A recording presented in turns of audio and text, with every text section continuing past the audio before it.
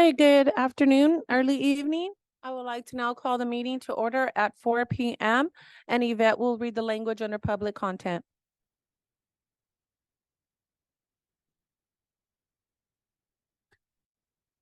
In order to help assure compliance with the Brown Act and in order to make our board meetings more effective and more efficient, trustees will speak only when recognized, and trustees who speak on a topic other than the item agenda currently under consideration will be out of order. Board meeting protocols. The safety and decorum of the school board meetings are important to Stockton Unified School District and the community. SUSD promotes the public's right to free speech, and we want to make sure that all community members have a seat during the board meeting. We will have the maximum number of chairs allowed per fire code, which is 132. We ask that members of the public do not stand alongside of the walls or block the walkway. Anyone standing up during the meeting will be asked to take a seat. If they do not comply, they will be asked to leave. Any accredited news media representative who is standing will have a press credential clearly visible. There is a podium positioned in front of the first row of chairs. No one other than the person who is speaking may be at the podium except for a guardian, an administrator, or a translator.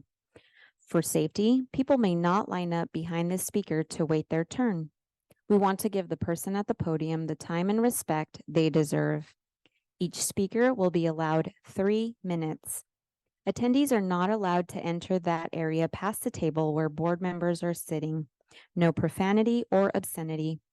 During the board meeting, if there is a disruption, the board president or designee will give a verbal warning to the person or persons causing the disruption. If the disruption continues after the verbal warning, the individual or individuals will be asked to leave or be removed from the premises for the remainder of the board meeting. After the meeting is concluded, we ask community to clear the lobby area in a respectful manner. Back to you, Madam President. Thank you, Yvette. We will now have roll call taken by Yvette.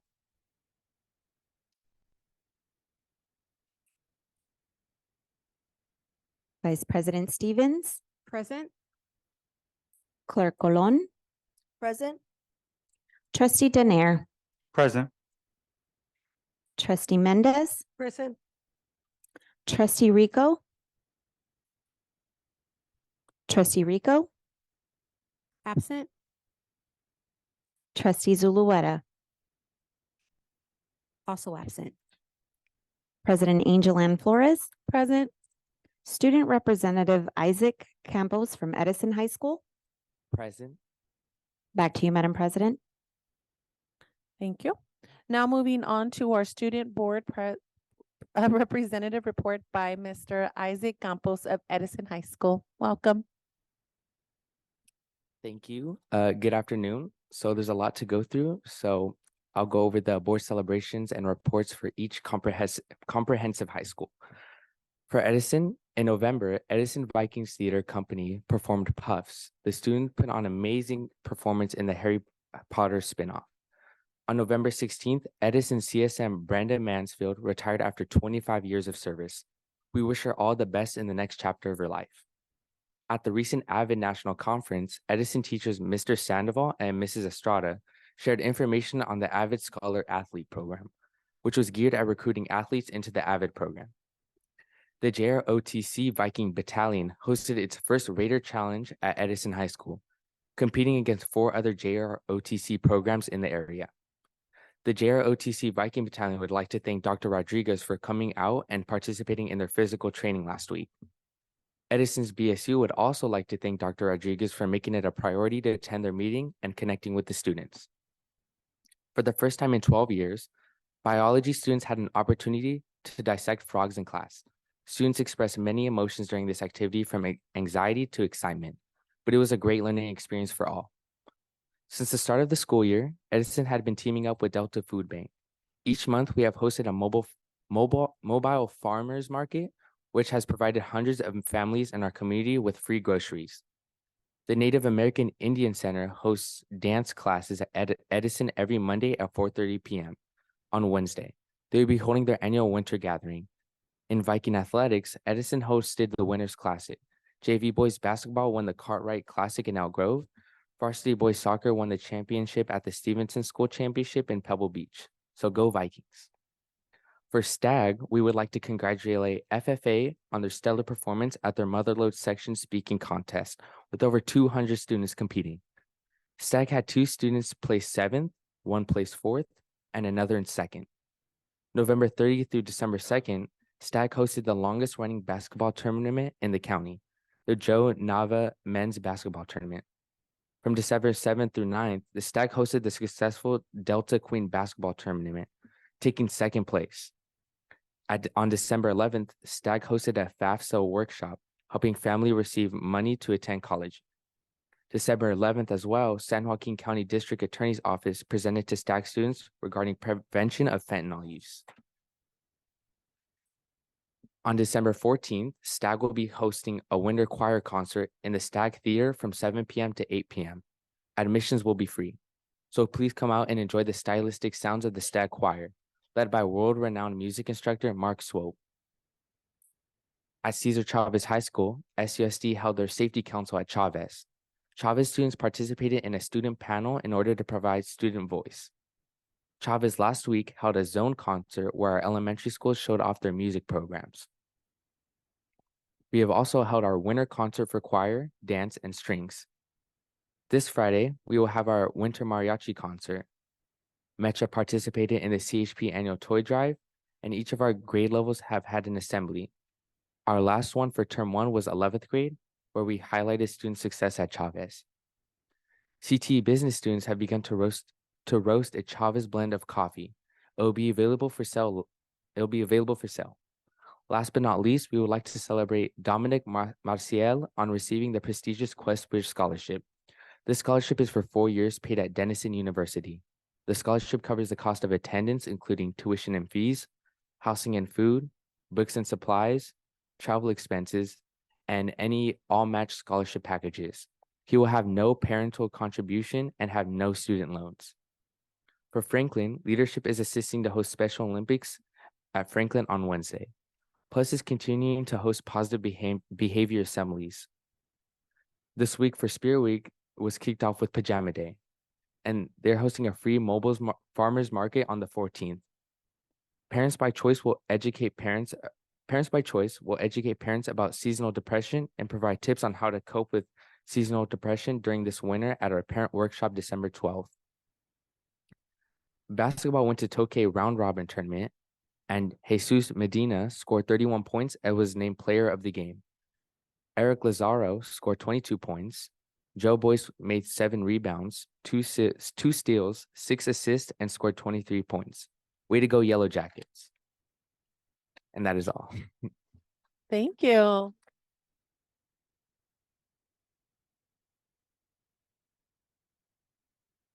We will now move on to our student honoree. And if I can please call Mr. Osman Zarif, Principal of Weber Institute, to introduce your student representative, Ms. Dalia Garcia Celerino. Good afternoon, board members, superintendent, and guests. It is my pleasure to introduce Ms. Dalia Garcia Celerino. Quick story, my first memory of Dalia, she came in as a freshman. That was during COVID. And her and a friend came in and they were like, Mr. Zarif, when we came back after being off, Mr. Zarif, we don't have a ride. We can't stay, but we want to meet our teachers. And so they came in, took them, introduced their teachers, and they were just so excited. Even though they couldn't stay, they just wanted to be there and meet their teachers and everything. So now she is here as a senior. She has a 3.5 GPA. She is in our MA program and has done her externship at one of the doctor's office, and will be going to, is intending to go to UOP and applying for CIP for a health-related field. Just today, she was certified CPR. So hopefully we don't have to use it, but she's ready. And fun fact, she is also a DJ. So I bring to you Ms. Dalia Garcia Celerino.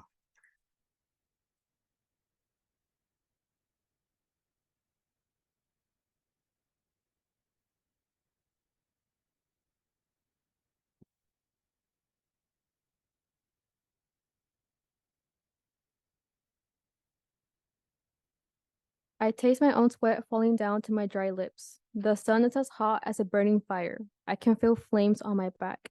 This is just me providing imagery of what field work is like, and I worked last summer with my parents. My hands, oh, no, that was not it. I am proud to say I am a daughter of two hardworking parents. I don't think I can express myself enough to show how eternally grateful I am for their sacrifice and the opportunities they provide for me. I am a daughter of two farm workers. I was born in the United States but raised in Mexico. By the age of 3, I came back to the United States. I remember my first day of preschool at St. Gertrude's Catholic Church. It was like yesterday, grabbing books and pencils for the very first time, and hearing English was probably one of the scariest things because I was never so unfamiliar with another language. This is just a glimpse of being the first generation, and although I struggle to speak it well, I am here today and speaking with an open heart. My name is Dalia Garcia Celerino, and I am 17 years old. I am a senior in the Health Academy of Weber Institute of Applied Sciences and Technology. The mission is for students to be college and career ready, as well as to develop personal, professional, and educational skills. Weber has many clubs that are college and career related, such as Skills USA, which is a national student organization with over 400,000 members across middle school, high school, and post-secondary. Its overarching objective is to prepare students for the world of work. And by engaging and enabling students in career exploration world of work. Students are also exposed to technical knowledge. And we also, furthermore, we also have Future College Scholars, which is a local club which emphasizes the importance of post-secondary education. And it accomplishes its goal by offering students presentations, field trips, and connections with college admissions, and as well as assistance in applying for college and the process. At Weber, we also have 2 programs, which is PLUS, which stands for Peer Leaders Uniting Students. And we also have Leadership, which focuses on helping the school keep Spirit Week up. And we also do dances. And as mentioned, I am a senior in the Health Academy, and I am also part of the medical assistant program, where the objective is to get CPR certified, HIPAA certified, OSHA certified, and starting junior year off, students are going out to externships. I went out to my externships, I think the last month of my junior year, and I completed 90 hours of front office. So this year I'll be going out around February or March and start my back office. And furthermore, something that makes my school unique is a Weber portfolio. Every student is required to create a Weber portfolio, which is assigned to demonstrate capabilities in the workforce, community, and the bridge to our future. And that is it. Thank you. Dalia, if you can stay up there and if Mr. Zarif can come up, Oh, yeah. and if you can, we're going to give you an award, and Mr. Donald Daenerys, trustee Donald Daenerys is going to come down and get a picture with you. Is that your sister with you? Yeah. She's Yeah. welcome to come up and take a picture with you. Do you have any other family here with you? My mom, but she's waiting in the car. Does she want to come in and get a picture with you? Uh, We can ask her if you want to. uh, No? It's up to you. It's fine. I don't wait. She'll take long to come over here, or We are here for you. This is what we do. So if you want to go get her, we will wait for you to Okay, go get okay. her. I'll go running. Okay.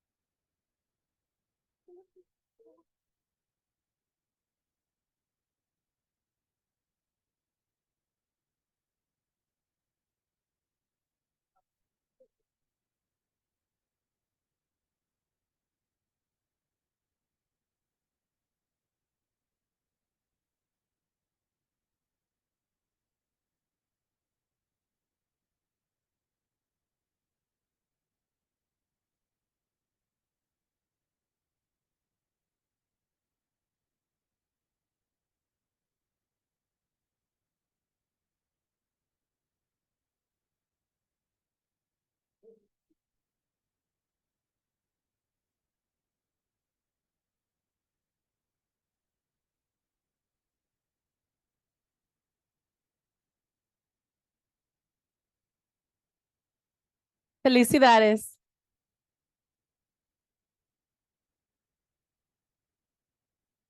Moving on to item 1.5, oral suggestions and comments from the community regarding open session agenda items in section 1 and closed session. Christina will announce the number of public comments and request each person to provide their public comments in the order they were received. And Abby will be the timekeeper. Do we have any public comments at this time? Madam President, we currently do not have any public comments to report. Okay, thank you.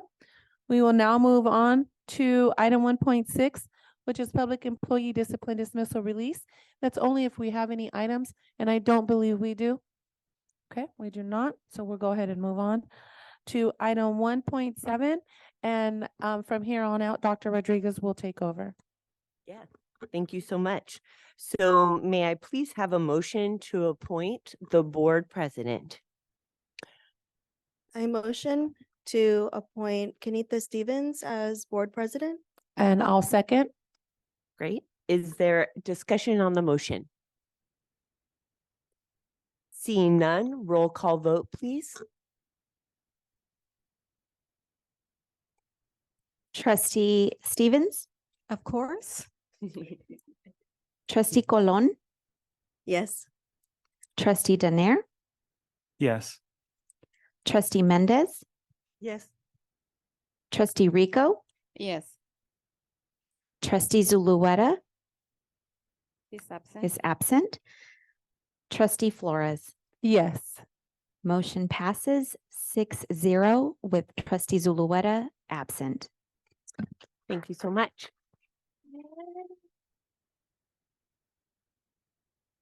Okay, we'll change seats at the end if that's works out. Okay, may I please have a motion to appoint the board vice president? I like to motion to make trustee Sophia Colon vice president. And I'll second. Okay. And may I have a roll call vote, please? President Stevens, Of course. trustee Colon, Yes. trustee Daner, Yes. trustee Mendez, Yes. trustee Rico, Yes. trustee Zulueta is absent. Trustee Flores. Yes. Motion passes 6-0 with trustee Zulueta absent.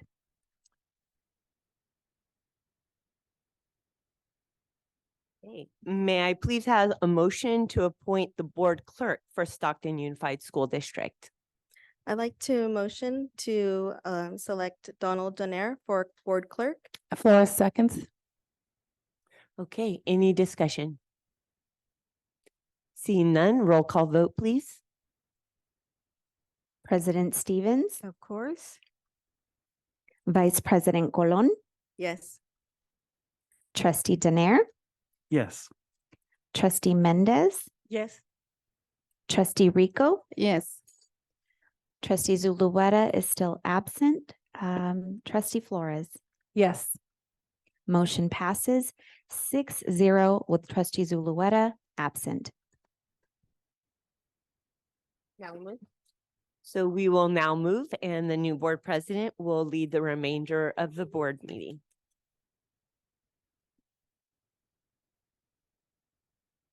So you're gonna go over.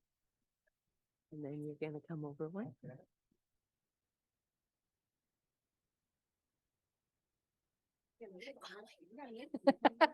And will somebody change the nameplates?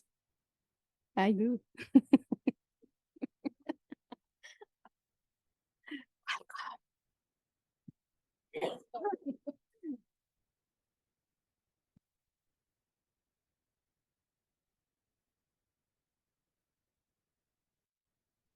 This for you, Madam Clerk. Congratulations. Let me see.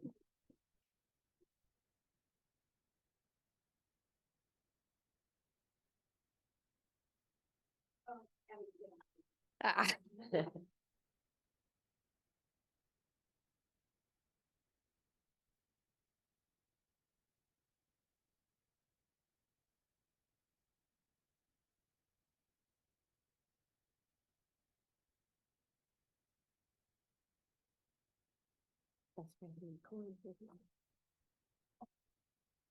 All right, may I have a motion to ratify appointments presented by the president? There'll be subcommittee meetings, curriculum, student outcomes, English learner. Madam President, we skipped the appointment of the secretary, 1.8, please. Moving a little quickly. All right, may I have a motion to appoint Dr. Michelle Rodriguez, Superintendent of Schools, as a Secretary of the Governing Board of Education? Is there a motion? I'm a motion Cecilia Mendez first. Second. Okay. Any discussion? Roll call vote? I apologize, I missed our discretionary or, Oh, so it was a motion made by trustee Rico, motion made by trustee Mendez and second by trustee Rico. no, I skipped our student representative, Isaac Campos. His, Oh, got it. Okay. It was 1.3. We are 1.5. Let's go ahead and we'll skip move that. forward for Okay. now. So President Stevens, Yes. Clerk, Vice President Colon, Yes. Clerk Donald Danair, Yes. Trustee Mendez, Yes.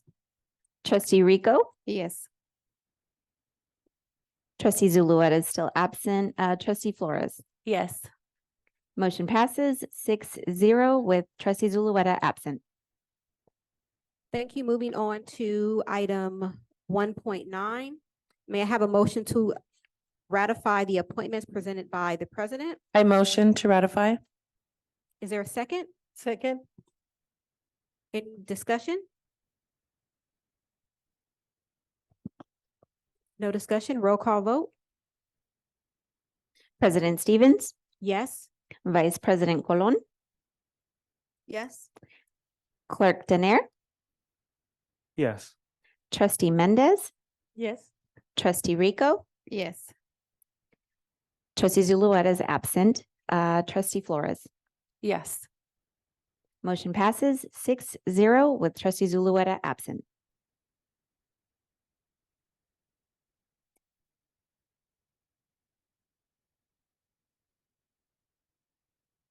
Moving on to item 1.10, may I have a motion to approve the designation of dates of regular board meetings for 2024? Make a motion Cecilia Mendez first. All right, motion by trustee Mendez. Is there a second? Second. Second by trustee Flores. Any discussion? Madam President, if I may. Go ahead. So there are two proposed changes, which I would need a altered motion for. One is, suggestion to change, to April 2nd instead of April 9th due to the CSBA conference. And then the second one is to change from October 8th to October 1st or 15th, whichever the board would prefer. This year, we did it on the 15th. But we can do it on the 1st due to fall break. So otherwise that will land right in fall break when staff will not be present. And so if there is approval of that, if I could have a revised motion, please. Is there a revised motion on the floor? So I will revise board motion. I'll go ahead and second. Any discussion? Roll call vote?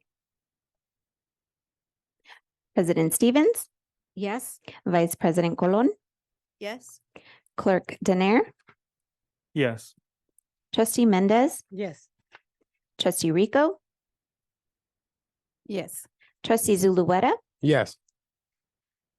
Trustee Flores. Yes. Motion passes unanimously.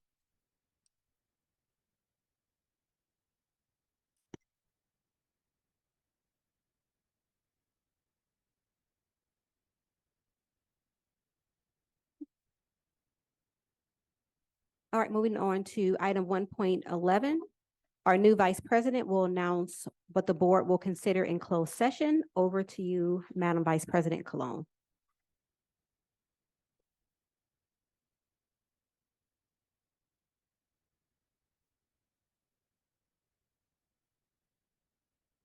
Okay, the board will consider in closed session 2.1, public employee appointment certificated, Government Code Section 54957, 2.2, public employee appointment classified, Government Code Section 54957, 2.3, conference with labor negotiator, district chief agency negotiators, Dr. Michelle Rodriguez, superintendent, employee organizations, STA, CSEA 821, CSEA 318, CSEA 885, SUSU, SPPA, Police Officers Association, USA, NUHW, non-represented employees. 2.4, public employee discipline dismissal release. 2.5, conference with legal counsel, existing litigation, name of case, Stockton Unified School District versus IAQ. Am I reading this out loud? Yeah. IAQ Distribution, Inc., Alliance Building Solutions, Inc., Illumipure, Inc., Illumipure Corp., case number STK CVUF 2023-0009-336.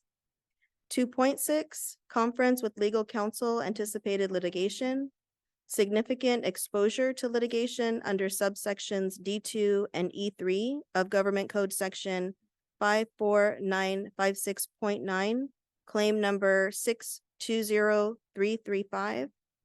2.7, student expulsion A8. 2.8, student expulsion A12. All right, we move on to item 1.2. The board will now recess the closed session.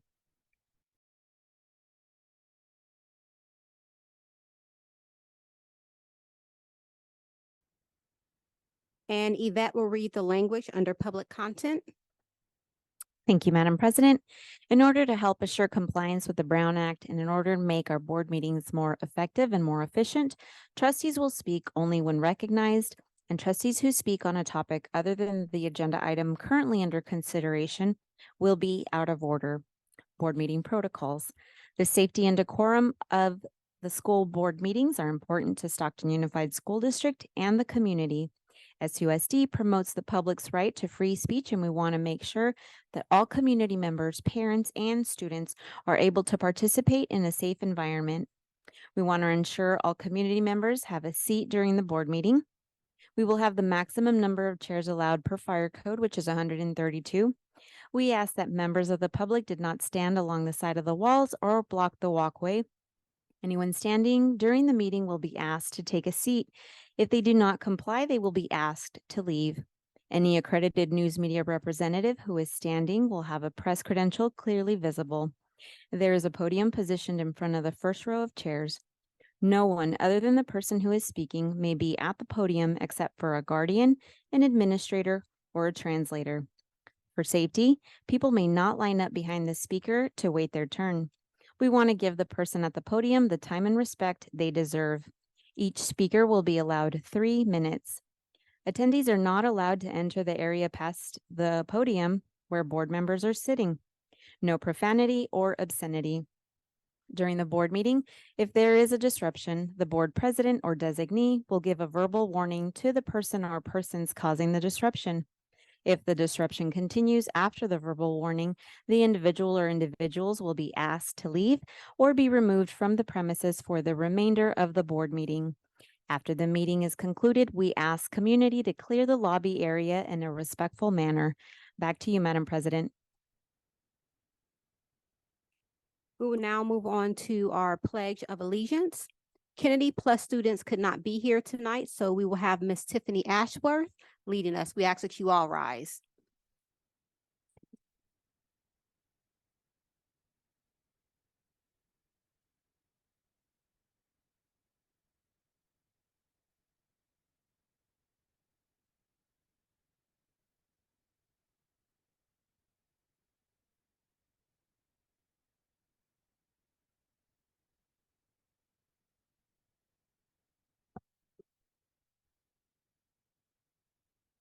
No.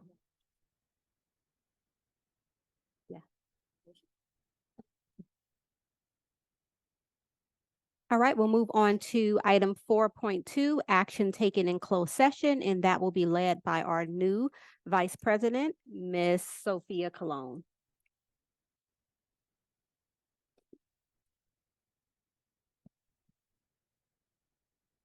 Okay, so we have our action taken in closed session. Board motion to approve item 2.1. Vice President, we can't hear. It's just not close. Can you hear me now? Okay. So board motion to approve item number 2.1. Approved 6 with 1 no from trustee Zulueta. And I'm saying these. Item 2.2, motion to approve 5 approved with 1 abstention from trustee Rico and 1 no from trustee Zulueta. Nothing to report for item 2.3. Item 2.4, board motion to approve. And that was motion carried 7-0. Not each word. Okay. Board motion, we're going to redo that 2.1 or 2.4 item. Board motion to release for job abandonment and noon duty assistant from Hamilton School, Hazelton School, 7-0. I see. Okay. So first time, I guess, like really doing this part. So thank you. Thank you for your patience. Board motion to release 1 special assistant due to probationary release, approved by 7-0.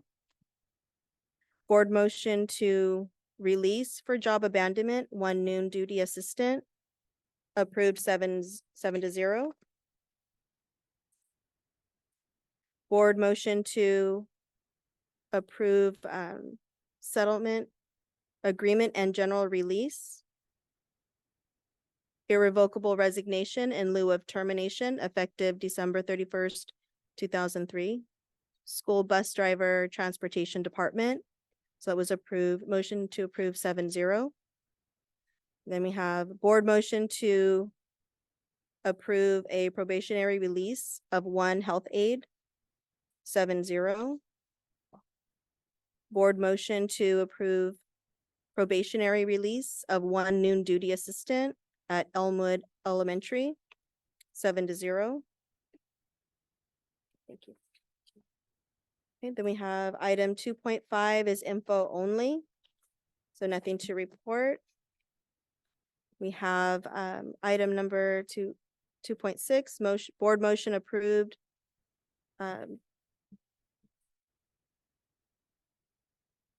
Claim number 620335. Work proposal for Chavez High School track and sand pit covers, 7-0. Thank you. Thank you so much, Madam Vice President. Moving on to item 4.3, order of agenda, and Christina will read the oral announcement. This is the opportunity for the Board of Trustees to make any changes to the order of the agenda. Otherwise, the order of the agenda will be as published. Thank you.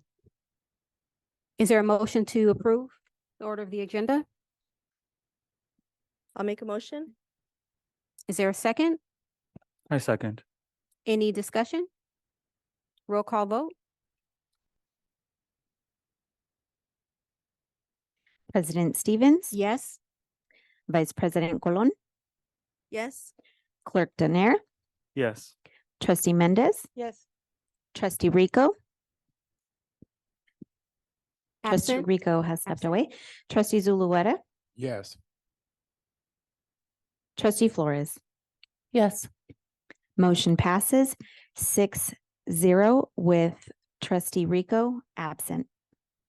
We'll move on to item 5.0, oral suggestions and comments from the community regarding open session agenda items, and Christina will announce the number of public comments. Madam President, we currently do not have any public comment cards to report. All right, item 5.2, oral suggestions and comments from the community regarding non-public agenda items. Christina will announce the number of non-public agenda items. Yes, Madam President, we currently have 6 public comment cards regarding non-agenda items. The first speaker is Drake Balco.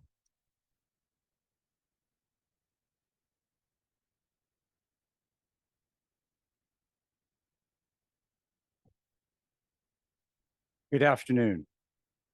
My name is Drake Balco, and I have been a full-time teacher at Edison High School since 1989. On October 8th, Senate Bill 531 was passed that set the parameters for students to be in internships and have extended hour work permits. SUSD has 50 pathways. The very capable CTE director has been tasked with completing the paperwork so our high school students can enroll in the internships that the CTE department has available. Over 2 months has passed since the paperwork has not been completed. I urge the CTE director to complete the paperwork so students who finish their CTE pathways can maximize the curriculum by being placed in the appropriate internships in January. In addition, completing SB 531 paperwork would allow students to get the extended work hour permit that helps pregnant students, students who want to earn money for college, and the 75 to 85% of SUSD families who live in poverty. Let's all move forward together to service the students the best we can by implementing SB 531. I am sure the director of CTE can answer any questions that you have about implementing SB 531. Thank you for your attention to this matter.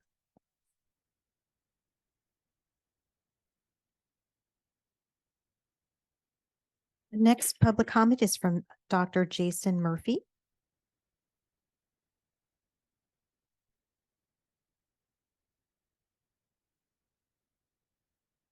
Good evening, Board President, Superintendent Rodriguez.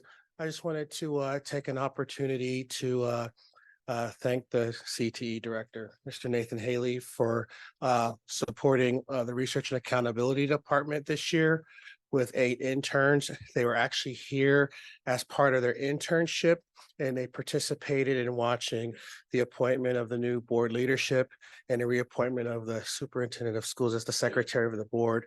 And it was a real pleasure to watch them engage in this civic activity. So just want to highlight again Mr. Haley's work with the CTE, with the departments of the district to get students matched with internships. And also wanted to acknowledge that under the past 3 years of doing data with him, we have seen that, excuse me, the enrollment gap of students of color in CTE has closed. Presently, the enrollment of students of color, in particular African-American students in CTE, is 10%, which matches the student population. So apologies for my code, but I just wanted to share that comment. Thank you.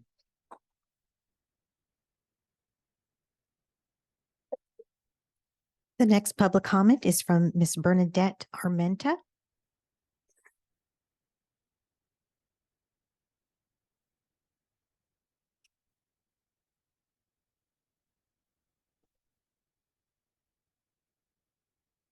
I think on there, Natalie's going to yield some of her time to you. Yeah.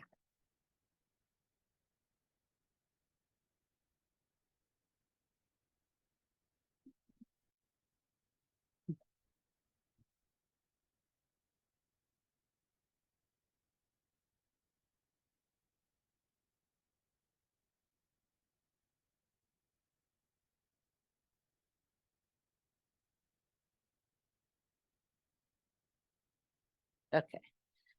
You guys ready? Good evening, Superintendent Rodriguez and Board Trustees. I would like to bring to your attention a couple of board resolutions. I have given you the full copy of the approved board agenda items, and I will not be reading the whole resolution, but to bring to your attention what I gathered to going back to what has been approved by the Board of Trustees. The first resolution is number 21-17 dated September 28th, 2021, item 13.4. It states, now therefore be it resolved that based on the above residuals and in order to ensure that Stockton Unified School District remains fiscally solvent, the governing board is committed to increase the district's minimum statutory revenue for economic uncertainties to 10%. And the second resolution is number 21-57 dated June 28th, 2022, item 14.3. It states, whereas educational funding is based on student enrollment and the state of California has experienced declining enrollment of 150,000 students in 2020 and 2021 and 110,000 students in 2021, 2022. While SUSD has also experienced a noticeable decline of numbers of for a number of years. And whereas the district throughout the state has reported higher student absentee ranging from 3 to 10%, and SUSD student absentee reflects this range. Now, therefore, be it resolved, determined and ordered by the Board of Education of Stockton Unified School District as follows. Section 1, residuals. The foregoing residuals are true and correct. Section 2, committing funds. Fund 1 will have set aside $56,245,201.59 of funds in the category of committed. These funds will be for the explicit use for compensation increases, step and column health and welfare, pension contributions, special education costs, supply and services. The cost service cost inflation, minimum wage impact, anticipated staff and student testing and more. This money was deposited in Fund 17 reserve other than capital. Why is Labor Relations stating that we have no money for the district employees where this has clearly been committed solely to the areas I have read?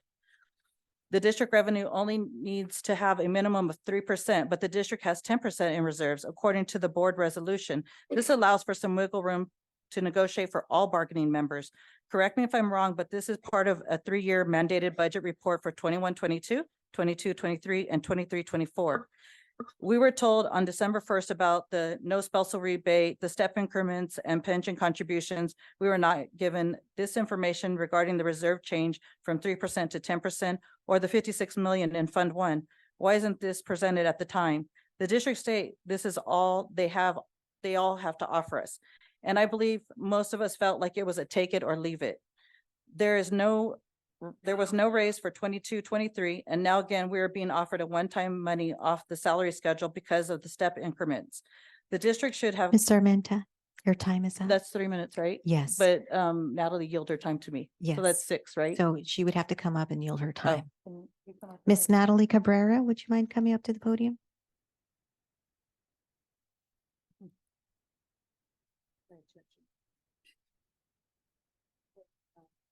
Board trustees and superintendent, I yield my time over to Bernadette. Thank you. Okay. Now I forgot where is that? Okay.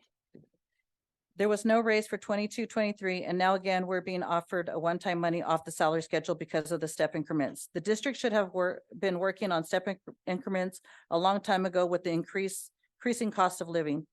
As a district, we have become more top-heavy and creating senior job titles and adding to the business service department. How much is that costing the district? If my math is correct, it's almost $500,000. Why isn't this money being spent towards negotiations before adding new staff or creating new job titles? The district needs to go back and figure out a better solution for all bargaining members. Thank you.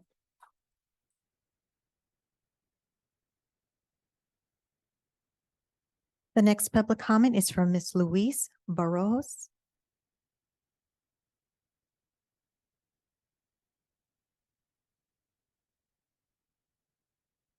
Good evening, trustees, Superintendent Rodriguez.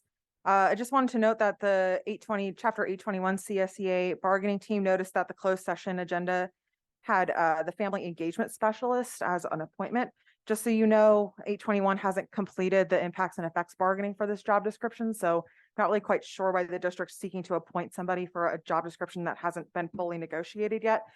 We had to CSEA sent a cease and desist and a demand to bargain over the job description because it seems like the district's negotiators don't understand the order of operations when it comes to negotiating job descriptions. Create the job description, you bring it to the union, we bargain the impacts and the effects, it's ratified by the board, it's ratified by our membership. And then once it's been approved by both parties, you can move forward with hiring. But it seems that the district thinks they can just ram through a job description and say, well, we'll bargain the impacts and the effects on the back end. But the impacts and the effects could include things like the qualifications for the job, how many years of experience you need to hold the job. So these are important things that you would want to know in a candidate before you interview them. Otherwise, it seems like a waste of district resources. And when we finally did get to bargaining with the district, we were assured by the district negotiators that the district wasn't going to hire anybody into the position until we had completed impacts and effects bargaining. We asked them point blank because we were concerned. We have no trust. So we said, do you intend to hire somebody into this position before we have completed impacts and effects? And we were told no. But so it's weird that it popped up on the closed session agenda. And we were like, well, maybe it's some kind of placeholder. Maybe there's some sort of mistake or error. But at this point, it just seems like the district's lead negotiators just are convinced to just ram through this job description. They don't have to bargain with us when that's just not true. And we'd rather work with the district in good faith to create job descriptions that really benefit the community and benefit employees rather than having to fight and bicker with each other by filing unfair labor practices because the order of operations keeps getting messed up. So I just wanted to give you all a heads up on that. And again, just so you're aware, we have absolutely not completed impacts and effects bargaining for the family engagement job description. And until we've completed impacts and effects bargaining, I don't understand why the district's seeking to hire somebody for that position. So thank you very much for hearing our concerns. We appreciate it.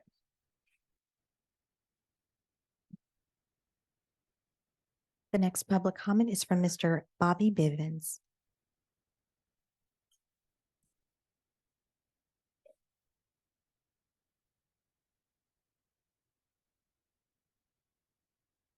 Good evening, board members, superintendent.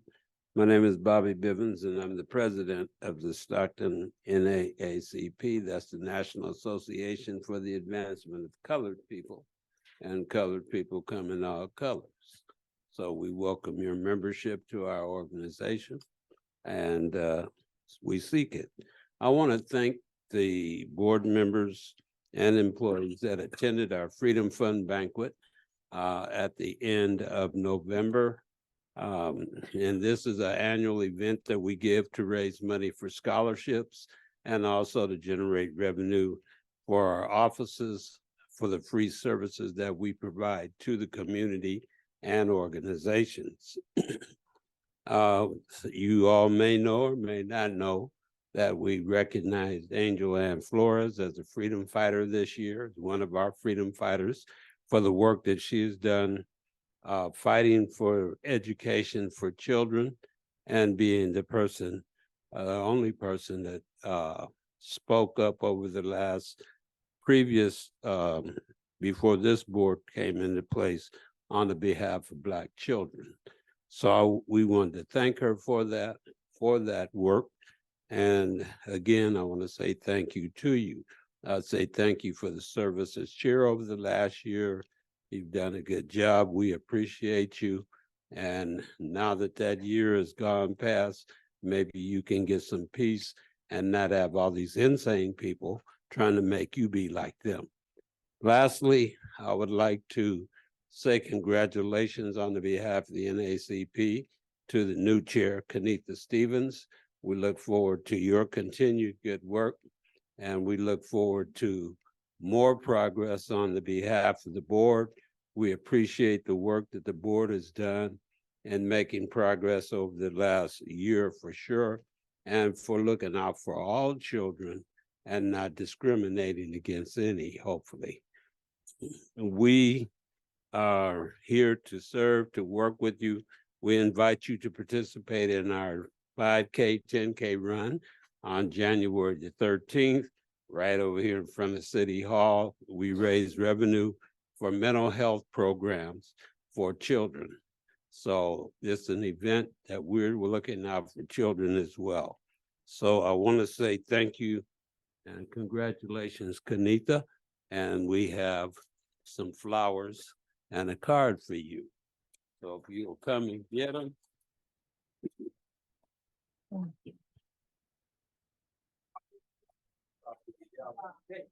Can somebody open that so he can come in?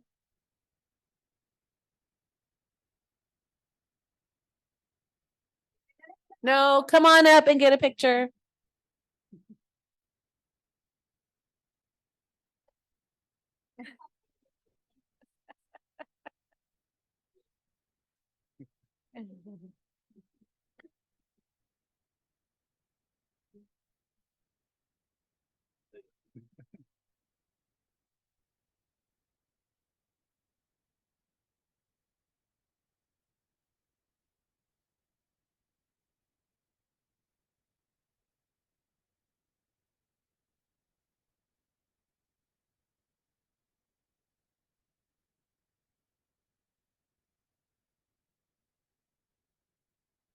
Yvette, was that the last comment?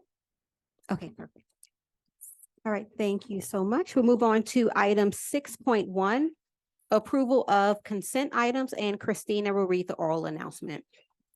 Does any trustee have any item they would like to remove for separate consideration as an action item? After any items are removed for separate consideration, there will be a vote on the consent item without any discussion. Thank you. All right, is there a motion to entertain? I'll make a motion. I'll second. Any discussion? See no discussion, we'll move into a roll call vote.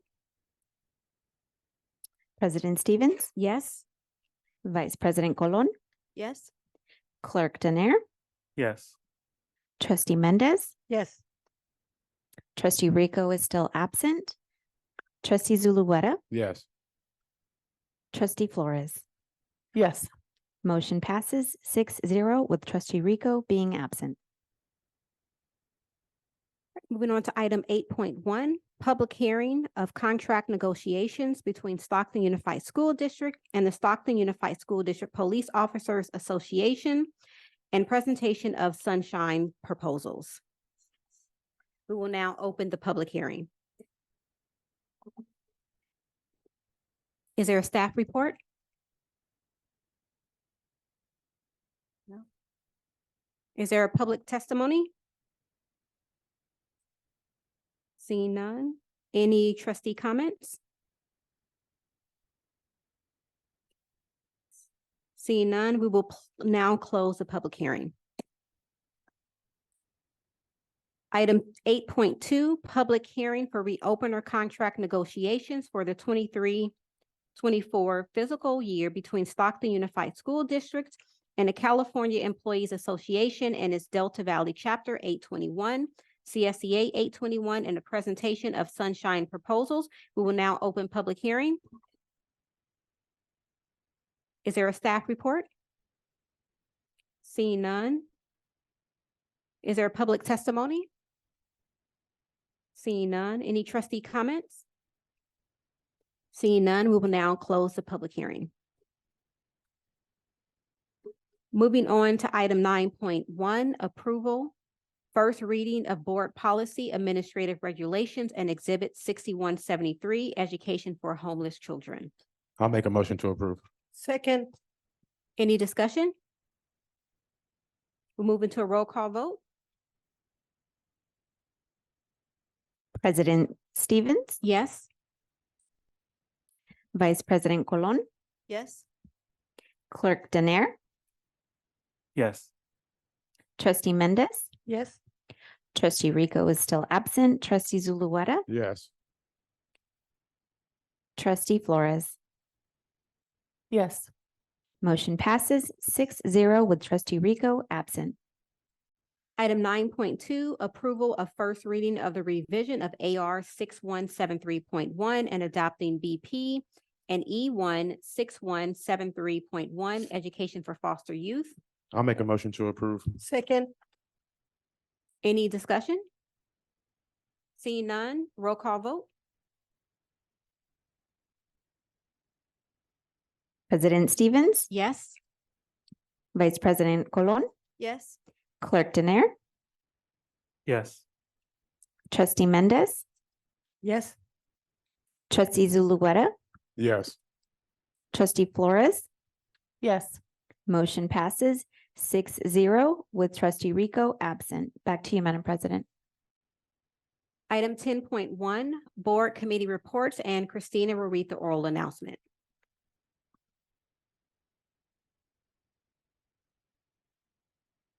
This is the opportunity to hear any reports from board committees specifically regarding prior or upcoming committee meetings. There will be a 3-minute limit per report. First report is the City of Stockton Parks and Recreation Committee by Trust Clerk Donald Danair. Good evening, everyone. The last meeting for the Parks and Recs Commission was held on November 27th, 5:30 at the City Council Chamber at Stockton City Hall. Some updates that we talked about, our community gardens are still in the progress of being completed at the Van Buskirk Community Center, as well as Stribley Community Center. Van Buskirk Park is also partnering with the Stockton Kings to teach seed science, so that's going to be really exciting. Excuse me. There were a couple fires at the Van Buskirk Golf Course, so they're just going to continue with clearing some of those debris and expanding the park, and it should be completed by mid-2025. And that's all I'll report tonight. Thank you. The next committee is the San Joaquin County School Boards Association Executive Committee by Clerk Donald Danair. Hello again. So I had the opportunity to go to San Francisco for the California School Boards Association annual education conference. This was our first time being there. It was held at the in San Francisco. So each year we are a part of a delegate assembly. This was hosted at the Hilton in Union Square. Myself, along with Trustee Mendez, work with our regional group that consists of folks who are also on school boards in other districts in the region. And we were able to discuss policies around mental health and ensuring equity across California school board districts. So tomorrow there will be a meeting online where we get to debrief about the conference and also think about some changes that we want to see in the next year when the CSBA conference will be hosted in Anaheim. So thank you again. 3x3 Committee by Vice President Sofia Colon. All right, thank you. We did have to reschedule our meeting that was scheduled for November. So I apologize for making that last minute rescheduling. Be looking out for our next meeting to start in the new year. So thank you. 1852 Foundation Committee by President Kenitha Stevens. Sure. So 1852, we met this past Monday. We are hosting our Holiday Express event on Saturday, December 16th from 9 to 11. 9 to 12 over at the Madison Street address, 701 North Madison Street. We have Santa coming out. We're providing gift cards and bags and books to our families who need support during the holiday season. So if you want to come out and be a part and help us, we look forward to seeing you there. Curriculum and Student Outcomes Committee by Clerk Donald Danair. Hello, everyone. So we last met December 5th at the district boardroom. Our main topics were early graduation success plan, fall early literacy assessment data, the SIPS cohort plan, and the Right to Read film. So a little bit about our early graduation success plan. There's been a decrease in the number of students graduating early due to increased graduation requirements aimed at preparing students for college or career pathways. The district is revamping master schedule training for administrators and counselors to strategically place courses and manage the increasing unit requirements. And plans are in place to connect students requesting early graduation with internships, apprenticeships, and mentor opportunities. There's a focus on providing students with dual credit enrollment opportunities and designing schedules that set them up for success rather than letting them graduate early and trying to figure out what to do with all the time they have left. So a little bit about our SIPS cohort plan. A significant number of students have been assessed for SIPS, with many recommended to join intervention groups. The program is expanding to include 4th and 8th graders who are struggling readers, and teachers are requesting the program and training, indicating its effectiveness and their belief in its impact. There's a high average passing rate for mastery tests within the SIPS program, showing progress in foundational skills. And there was a discussion on mandating the use of SIPS inside the classroom throughout the district. And that's my report. Thank you so much. English Learner Committee by trustee Angel Ann Flores.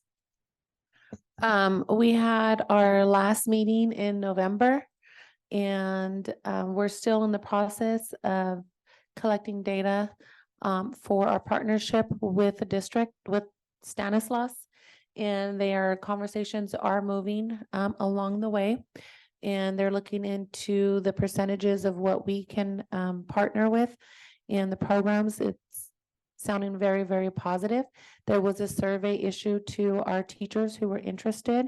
The data came back very eye-opening. And I think that if we open it up to another way, because the data that we collected actually caused for more questions on how we can support our staff and in supporting dual language schools, which is the ultimate goal. And then also, like, just if you guys can just recruit at least somebody from each school site to come and speak on behalf of your EL students. We have a lot of EL students across the board, and I just felt like we don't have enough representation at these committee meetings to really give a clear idea of what actions and supports are being provided in the field with direct support services for our students and our staff. So although it's disappointing on that end, it's also positive. And I look forward to the support for the dual language schools. And we will be putting our new schedule together for the next year. So depending on who's still on that committee, I hope and pray that whoever is on that committee continues the work in that manner. I almost wanted to say in Jesus' name. Equity Diversity Committee by trustee Angel Ann Flores. Can you repeat that one again?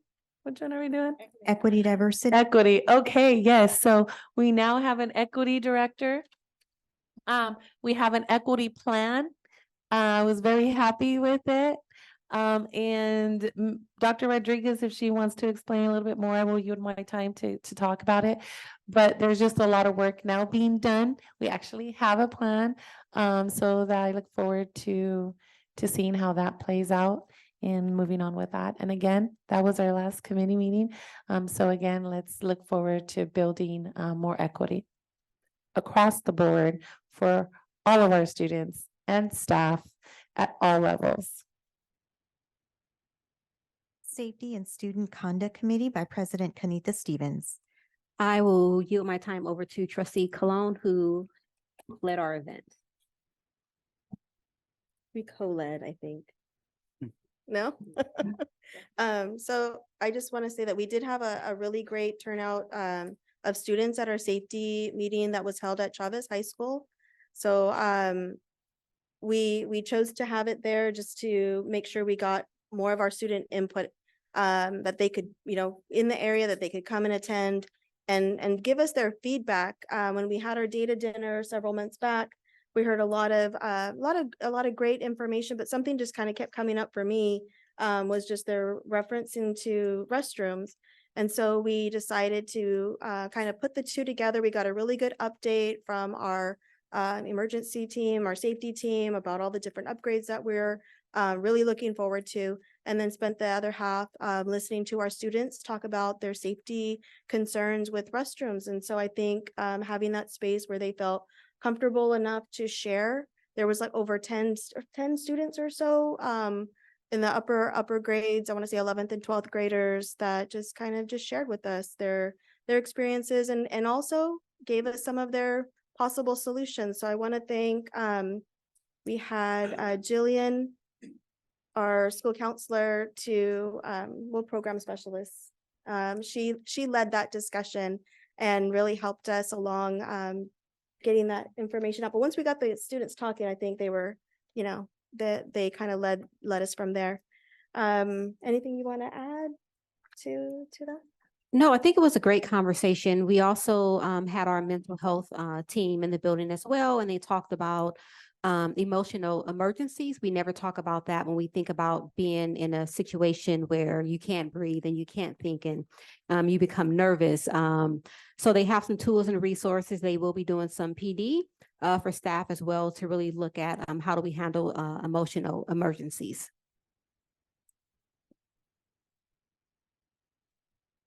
Board Policy Committee by trustee Angel Ann Flores. Yeah, we had, this is where we bring all of our policies to. So we have on the agenda today, the homeless and the foster youth, and that's what we went over. They, we have there's a lack of support for homeless and foster youth.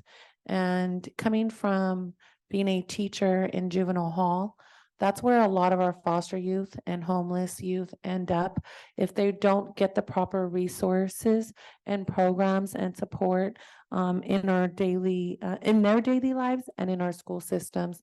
And so I was very happy to see that Dr. Ramirez did a very good presentation on the supports that our staff is going to now be trained on to know how to support our families. They will now receive instant services as soon as they notify the district that they are a homeless family or a foster youth family student, then they will automatically be given some support and services, and the training will be provided to all staff who work with homeless and foster youth. Thank you. Budget Oversight Committee by President Kenitha Stevens. Sure. So budget met as well. We are really excited about the community grants that are coming, giving our schools the opportunity to build some autonomy around student success. I believe they have until December 15th, right? To apply. Yeah, to apply. So we're excited about that. We really need to make sure that we're providing those wraparound services for our families, the things that they really need. We also talked about the buses that we're getting for the electric buses that are coming because of some of the outdated buses. And we know Governor Newsom wants to make sure that all cars are electric by 2030. So we're headed in that direction because we do have a lot of buses that we need to change to electric. And the last thing we talked about was, I can't remember now. Oh, the first interim report, which we will be talking about later today. So that is it for the Budget Oversight Committee. Transformative Justice Committee by Vice President Sofia Colon. Okay, so we had our meeting just the other day, and we were able to just do a little recap of the year and how we were, brought ourselves to this point of starting the restorative justice pilot rollout. So we got a little presentation from, let's see, our Director of Student Support Services, Marianne Santella, and Jennifer Robles, also a project specialist. So we were able to name our 4 schools that are piloting the program: Nightingale, Rio Calaveras, Wilson, and Weber Tech. And so what this means is that these 4 schools will be going through a process of implementing restorative justice practices. So there's going to be a full support of staff. Come between January and spring, then spring to summer will be kind of their opportunity to implement what they're learning. There's going to be some summer training as well as some summer activities. Then in the following year, we'll see that they're rolling out this program. So we're continuing the support, and we're just happy to see that we're in the direction of finally rolling this out. So it'll be something to keep your ears on, eyes open to come join us so that you can review that data with us. We'd love to hear maybe from teachers and families that are participating in the program. Let us know how it's working out for you. What are your experiences? This will be the committee to come and continue that conversation. So we also touched on or gave a little expectation for this coming year that because we're also going to be looking at reports that line up with the Department of Justice reporting. So every quarter, we're going to be looking at suspension rates and things like this so that we can also make sure we're maintaining that requirement. So be looking out for our dates and come join our discussions. Thanks. Black Students Thrive Committee by President Kanitha Stevens. So we completed all of our meetings, but I just want to give a huge shout out to the Black Students Thrive Committee. I sit on that committee with Trustee Zanair and Trustee Flores. To the families and community in the office, we are excited about the portal, Mr. Clappenback and Dr. Murphy, who was able to get that up and running for supports from community. So we look forward to our first meeting in the new year. And lastly, Board President Roundtable Standing Committee by Trustee Angel Ann Flores. Yes, I want to thank everybody who jumped in to support this committee.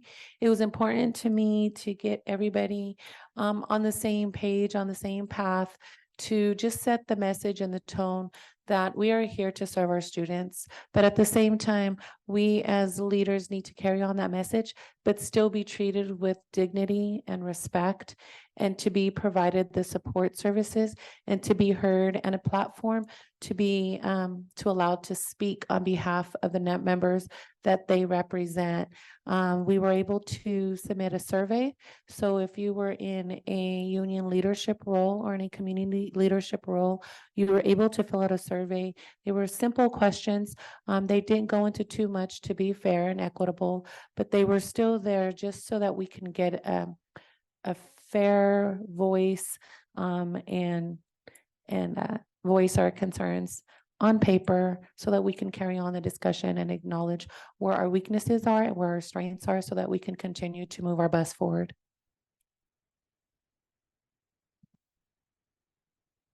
This concludes board committee reports. Thank you. Thank you all, trustees. We'll move on to item 10.2, brief reports on trustee activities, and Christina will read the oral announcement. This is an opportunity for each trustee to make a brief announcement or to give a brief report on their own recent activities at the district pursuant to the Brown Act, Government Code Section 549542A3. There will be a 3-minute time limit per report. Thank you. All right, we'll start with Trustee Mendez. Thank you, President. Well, for me, I just wanted to let you know that I went to San Francisco and I was there since the 28th. I got there real early because I had to go and sign in, with the delegates.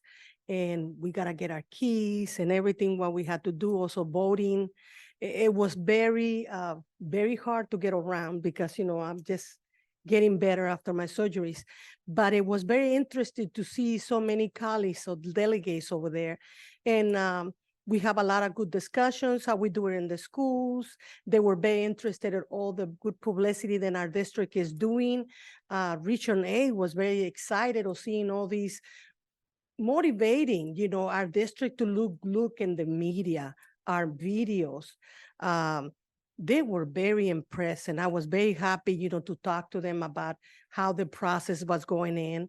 Melinda Mesa, board members talking in the videos. We have a very good conversation. I also have a lot of work to do, and I did it. And we went to a lot of many stuff that I had to do also, few conferences, and I went, for especially with some people. Then as Mr. Welsh had to, he's African-American, and he kind of guide a lot of the delegates to do the right thing. How can we speak better about our community, especially our schools, our district? Unfortunate, I'm gonna say this, our numbers will drop, and it's only one delegate can be, present. It was a lot of idea, then we dropped. But they are also informing me to jump in with them because I got a good relationship with them. And that's what I'm gonna do. I'm gonna listen to them and just try it, Mr. Welch has been a joy to have him as a leader, also is a businessman and is an advocate for board members when they feel stress and everything. I'm very proud to be guided by good people. And congratulations to my president, to my VP, and to my clerk. I'm very happy of what we working together, how we dialogue together, and we have a fantastic time over there. I think that it was refreshing to see my colleagues sitting down and having one-on-one conversation. I really like it, and I would like to thank my superintendent to making a very beautiful lunch with us and dinner. Thank you so much for getting us together, and also the help that I received from the delegates over there and Mr. Welch. It make me to feel more refreshed. So thank you, Mr. Welch, wherever you are, and CSBA, and thank you everybody for coming. And have a great holiday and Christmas with your family. Thank you. Thank you, trustee Mendez. Trustee Zulueta? Good evening, everyone. And I just want to repeat what Trustee Mendez said. Thank you all for being here. I know it's the holiday season, so after this meeting, we most likely won't see you all except for a few events until after the new year. And so I, pray that you all will be safe and that you will enjoy the time resting with your families. I wanted to bring up just two events tomorrow.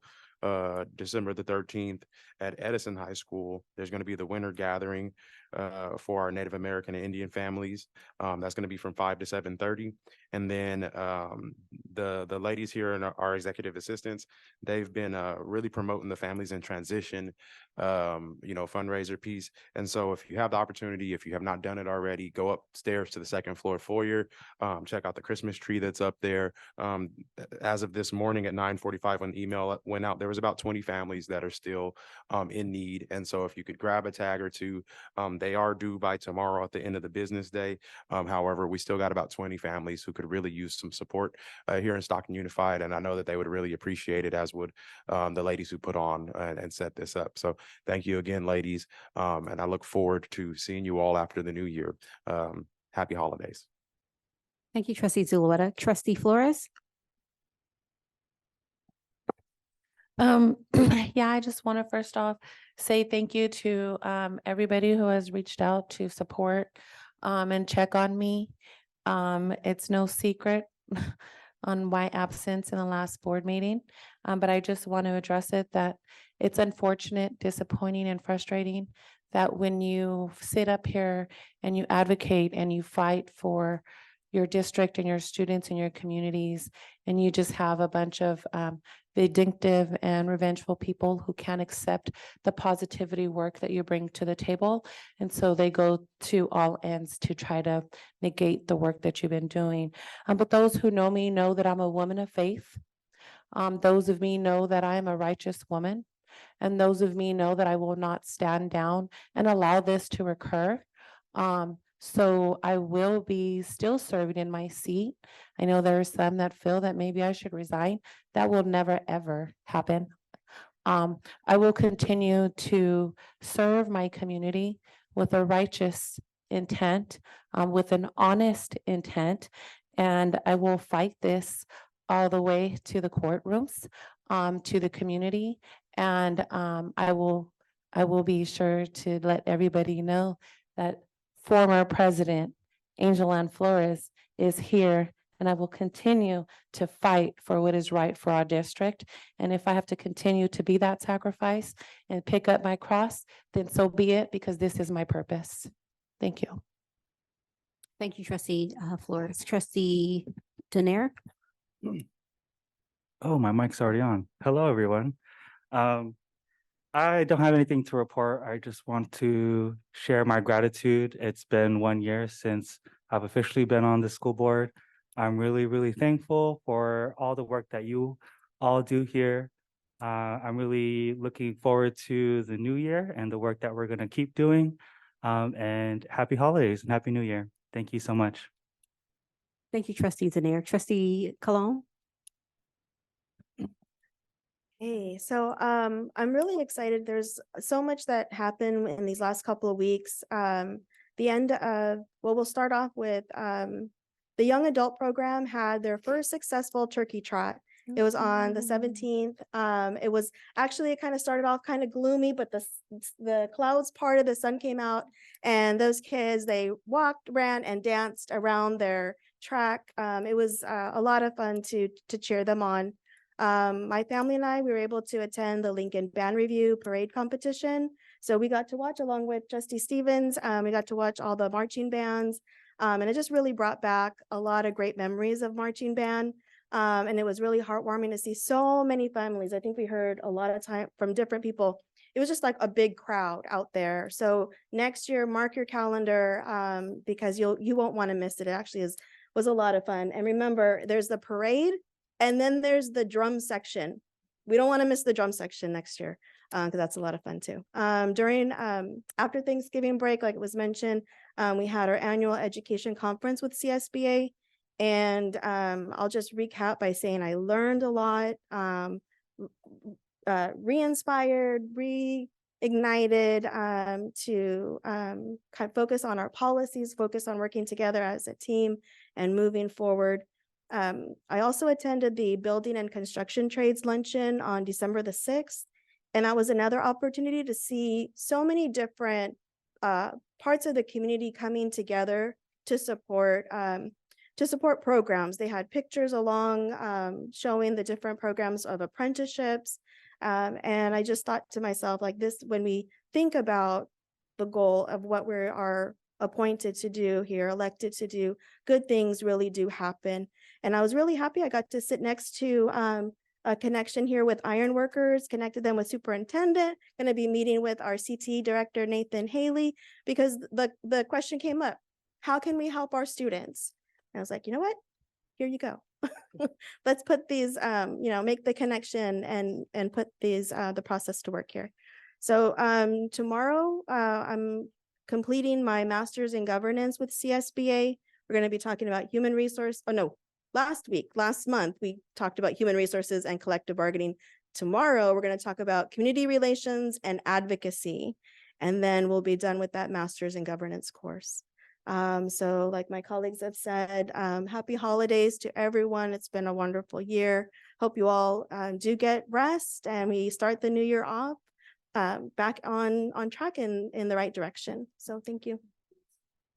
Thank you, Trustee Colon. I was thinking as she said that, like she and I must have joined the doctoral program from the MIG program because we have been in the MIG program for a long time. And it seems like thought we were done last month. They were like, no, you still have 2 more sessions to go. But I do want to say education is really predicated on what we do as board members. In our time here, we've done a lot of work within this journey. We started with an interim superintendent. We went on to hire a permanent superintendent to really drive the ship forward. With that being said, with the superintendent on board, we also moved to close all of the interim positions that we had outside of just one being the CBO. We've also been implementing student voice in all of the work that we do, invigorating our subcommittee. So there's been a lot of work going on with this team here. So I just want to say kudos to you all for the work that we've done within the year. It seems like it's been a long time because sometimes the road is extremely tough, but I want to say it is an honor to serve with you all. And I look forward to more great things to come. I think there is still yet a lot of work to push forward to here at Stockton Unified, but I do believe that we have the right team. I think we have the staff, we have the support and the families to make Stockton Unified the best that it can be. With that being said, that journey did take me to CSBA with my colleagues. It was a great time with all of the information that we learned. Being a new board member, like you can never learn too much because there's always that time where you really don't know. And to the ladies in the superintendent's office, thank you. When we don't know the answers, you all go out and gather the answers. A lot of times you know this stuff because you've been around for so long, but when you don't know the answer, you have the tools and resources to go out and get that. So I want to say thank you because you make our jobs a lot easier, being able to work through some of the things that we just don't know, right? We don't know because we don't know. Thank you to the staff for the hard work that you all have done. We know we do require a lot with our subcommittees. We're really looking at changing time. Is that my time? Did she say my time? No. Okay. For the work that you all have done, to PD, who's been supporting our events, coming and showing and speaking about how do we really create safety for our students, because that's the number one thing that we're hearing from our students is that they want to be safe coming and going to school. And so do our staff members. So we look forward to another great week, another great year of work with you all to do great things. And my closing statement will be Stockton Unified Forward. All right, we will move on to item 10.3, 2023 California School Board Association CSBA reappointment delegate assembly. Is there a motion? Madam President, this is Oh, an yeah, information item.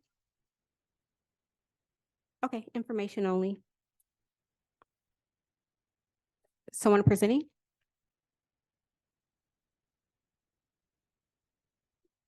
Yeah, go ahead, yeah. So as people know, we are declining enrollment. And so because of that, they have stated that we are under the 35,000 limit.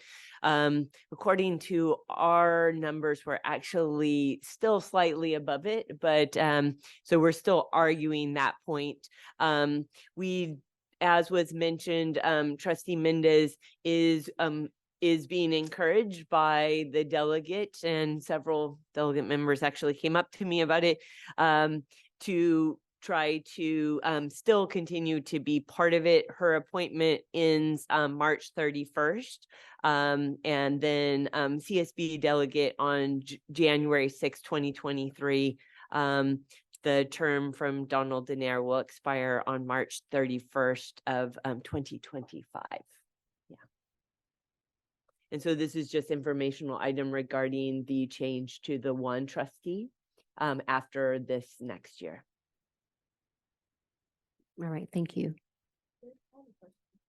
So if by chance, if we are over the 35 and we're able to get this corrected by March, do we then choose a new? You would then choose a Okay. second. Yeah. So when can we recheck our numbers? Yeah, so it will be prior to March. So we're discussing the numbers because of declining enrollment. Yeah. Madam President, may I have the microphone? Yes, Trustee Mendez. Yeah, what happened is, and they explained to me about the enrollment. I'm been guided by very good wise men and wise women, and listening to these old folks and everything, they guide me how to do things right. And they explain to me, it's unfortunate this is happening, but it's not just happening to Stockton Unified District. It's happening to other districts. And I hope your numbers come back. And my last meeting with them, it will be May. That's when it's supposed to be. March is my last one, but then May is when it comes, the new cycle, the new cycle. But for the next, delegate. But they were pretty, they were looking at numbers. Believe me, they were looking at numbers. They really like what the superintendent is doing, the media and all that stuff. They are very excited about hearing board members talking about what's going on in the district and all the events that we have. They really like it. They think that the publicity, it is good. It is putting us in a place that is positive. And the more than we talk positive, it's gonna maybe attract more people to come into our district. But I wanna thank you for your time, Madam President. I'm just gonna leave it like this, and thank you, Superintendente, for your time. That's it. Thank you. I'm shutting down. Any other discussion? Seeing none, moving on to item 10.4, approval of minutes, November 14th, 2023, SUSD Special Board Meeting Closed Session. Is there a motion to entertain? I'll make a motion to approve. Second. Any discussion?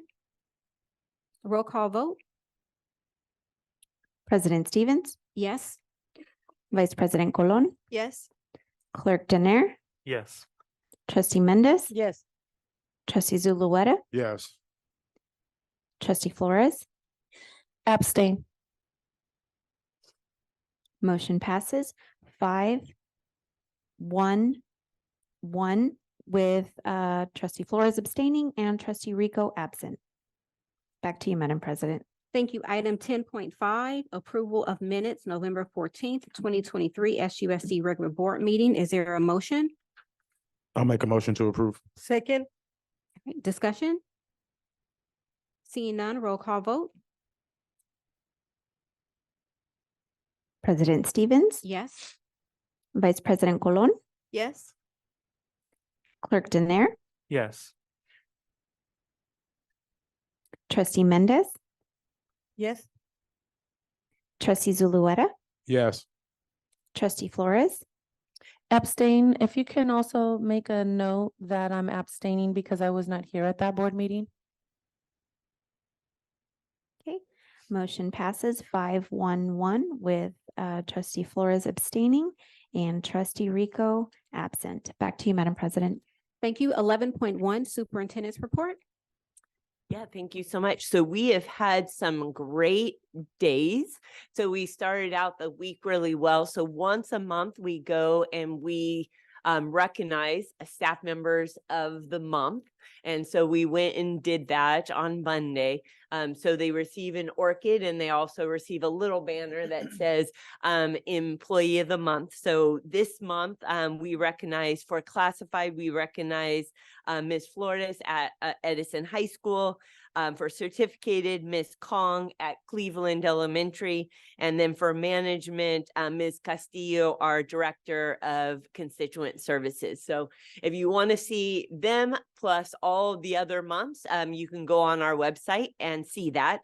And then that afternoon, we had our tree lighting. So our office staff, our superintendent's office is always on target. And so they said, well, the tree's looking a little rough around the edges. So they asked if cabinet would be willing to support the purchase of the tree. So the big tree, it's so high, we had to find a secondary location to it because it wouldn't even fit.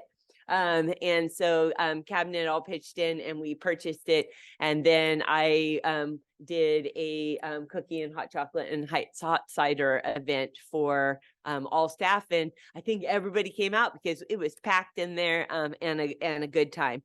And then we hope that we have a winter staff appreciation from the board and myself on Monday, December 18th from 3 to 5. So come on out, get more of those good cookies, more of that chocolate de abuelita, hot chocolate, and or the apple cider, and we brew it all day long. So it tastes super great. So we hope that you can come out. And then just because we are ever trying to show the good work that we are doing, then Ms. Melinda Mesa, she created a video around Pacific Law Academy. And so we just want to show that now. So if we can show that video.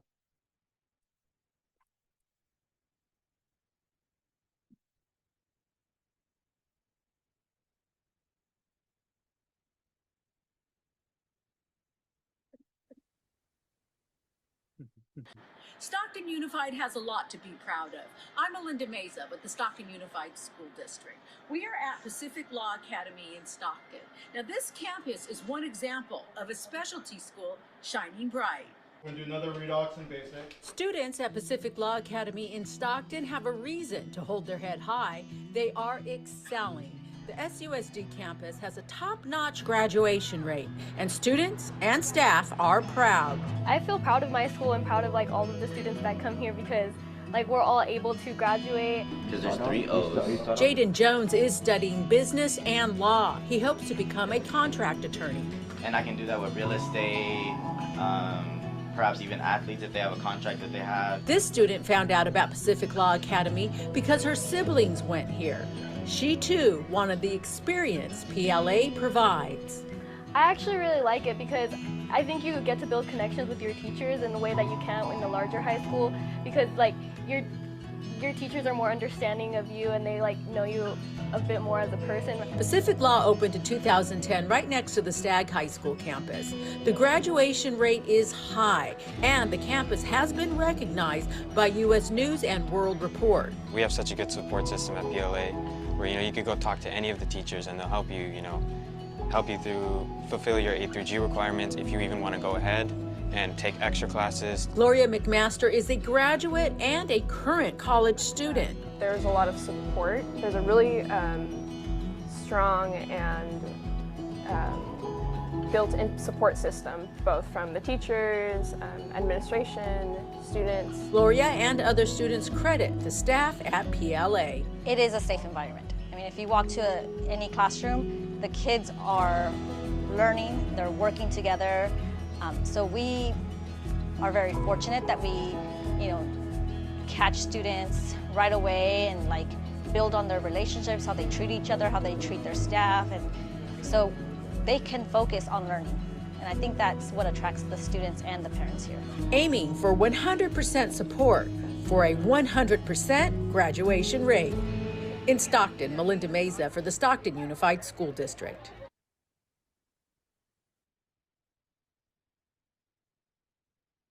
Is Mr. Martinez here? He's not. Is Ms. Rizzo here? Is Lori here? Yeah.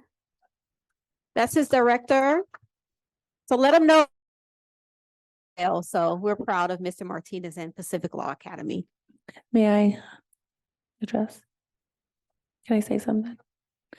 I want to go back to the employee of the month. It has been catching fire. And so the staff is real appreciative of that. But now they're asking if you could do more than just the number of amounts that you are doing per month. If you can increase the amount of employees of the month, because I think you're doing what, three a month. So they're asking if you could do more than 3 a month. So just throwing that tidbit out there. I did my part. Somebody called me on that, so I want to make sure I did that. Yeah, we would like to see them here too, like acknowledge our staff here at the board as well. All right, so moving on to item 11.2.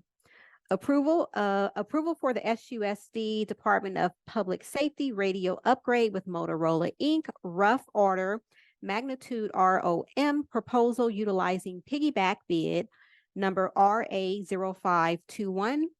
I'll make a motion to approve. Second. All right, discussion? Did anyone want to say anything about what you all are getting or no? No? Oh, go ahead. Yeah, Officer Lieutenant Marquez. Hey, I'm sorry. I'll be short if you can hear me. Chief is out ill, so I'll be standing in for her. We have a radio system that has not been changed or upgraded in 3 to 5 years. We have coverage issues at Franklin High School, Western Ranch High School, and Chavez High School. Our equipment is now obsolete, and we need to keep pace with the city of Stockton and with other agencies around us in case there is anything that happens where we have a mutual aid situation where we need to call the other agencies and assist us with anything that goes on at our schools. So with that, those are the reasons that we need the new radio system. How soon, if it's approved, how soon will you all have the equipment? So currently we're working with the standard in law enforcement, which is Motorola. And we just need to have a meeting with them. Their engineers come out and guide us on what equipment we need. So I'm thinking probably we should have everything by the end of February or March, by spring. It's a process, yeah. All right, any other discussion? I have a question. What will happen to the old equipment? The old equipment is just going to get recycled as e-waste. They don't send it to any other agencies because of the officer safety issues involved with the equipment failing. Right now, like I said, it's obsolete. So there's no way for things to get replaced. If anything happens to our equipment right now, we would have to go online and look for parts for that equipment. If I can ask, has this already been discussed and brought to the attention of the DOJ and the CAG? Yes, I believe last meeting we had, the last CAG meeting, we advised them about what we were doing and the process that we went through to pick and select the vendor. Any other discussion? If no, roll call vote. President Stevens? Yes. Vice President Colon? Yes. Clerk Donaire? Yes. Trustee Mendez? Yes. Trustee Zulueta? Yes. Trustee Flores? Yes. Motion passes 6-0 with Trustee Rico absent. Back to you, Madam President. All right. Item 11.3, approval of the Department of Public Safety body worn camera upgrade with Exxon Enterprise, Inc., utilizing piggyback bid number 3544214615. Is there a motion entertained? I'll make a motion to approve. Second. All right, discussion? Roll call vote? President Stevens, Yes. Vice President Colon, Yes. Clerk Denier, Yes. Trustee Mendez, Yes. Trustee Zulueta, Yes. Trustee Flores. Yes. Motion passes 6-0 with Trustee Rico absent. Item 11.4, approval of the Say Something Anonymous Reporting System Memorandum of Understanding between Sandy Hook Promise Foundation and Stockton USD. Is there a motion? I'll make a motion to approve. Second. Any discussion? Roll call vote? President Stevens, Yes. Vice President Colon, Yes. Clerk Denier, Yes. Trustee Mendez, Yes. Trustee Rico. I'm sorry, Trustee Absent. Rico is still absent. Trustee Zulueta, Yes. Trustee Flores. Yes. Motion passes 6-0 with Trustee Rico absent. Back to you, Madam President. Item 11.5, approval of the purchase of K-12 Insight Solutions for customer service and sustained stakeholder engagement subscription for partial year 12/15/2023 through 6/30/2024 and year 1/7/1/2024 through 6/30/2025. Is there a motion to entertain? I'll make a motion to approve. Second. All right, discussion? Roll call vote? President Stevens, Yes.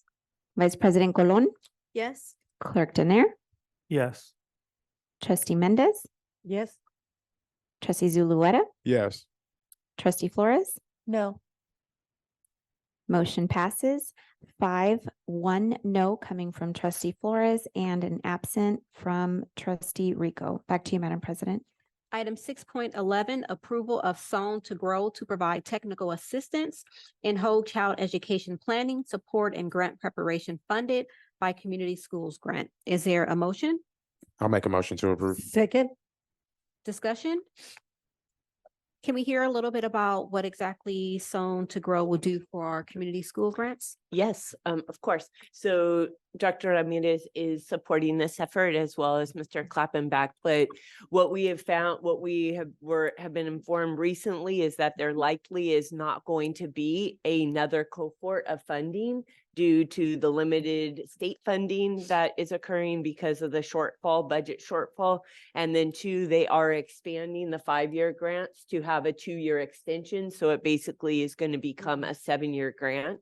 So originally we were focusing on Weber and Stag High only. However, now that we know that there's likely not going to be another cohort, we have accelerated that. So what is happening is all the sites have been allowed to self-opt in if they wish to by doing a self-assessment. Those sites that decide to do that, they'll pass through the committee. We have a district-wide committee that's going to look over those applications. Once those sites are determined, and that will happen before we go on winter break, they then will have only a 4-week period in order to be able to write the grant. And so because of the accelerated pace, we are working with Sown to Grow, who did help to get us $8.8 million just recently with a bipartisan grant. And so we're using, we received last year a planning grant. So we're using that planning grant monies in order to support this. So this agenda item is not coming out of general fund, but they have supported tens of schools and have 100% success rate. And so we feel really confident in using them. So they would provide technical assistance for that 4 weeks so that we can meet the grant deadline and have as many schools that want to apply be able to apply for the final funding. Any other discussion? Yeah, is this going to affect any union positions? It will add on union positions using the new funding source that they're going to receive their community schools. So it's not gonna, in the future, affect any of their job duties or removal? It won't be considered part of the layoffs? Because I know we're gonna be doing that. So I just want to ensure the safety of our unions members.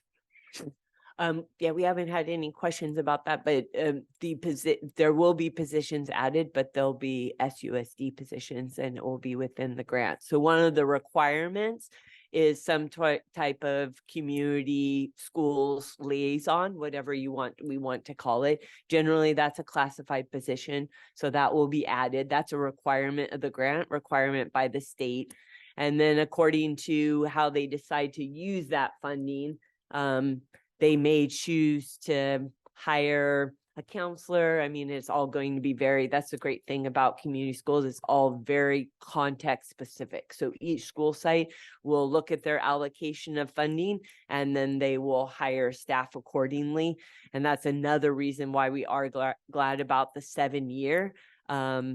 Instead of it just being 5-year, because sustainability at five years from now and now 7 years from now will be somewhat of an issue at year 7. That is true. Part of what they'll have to talk about though in that report is sustainability, a sustainability plan. But as we all know, with whether it's CSI or other funding, when you have pretty big pots of money and then you lose it, it generally becomes a district obligation to figure out how to fix that situation. And so we'll definitely have to look at sustainability in year 7. Yeah.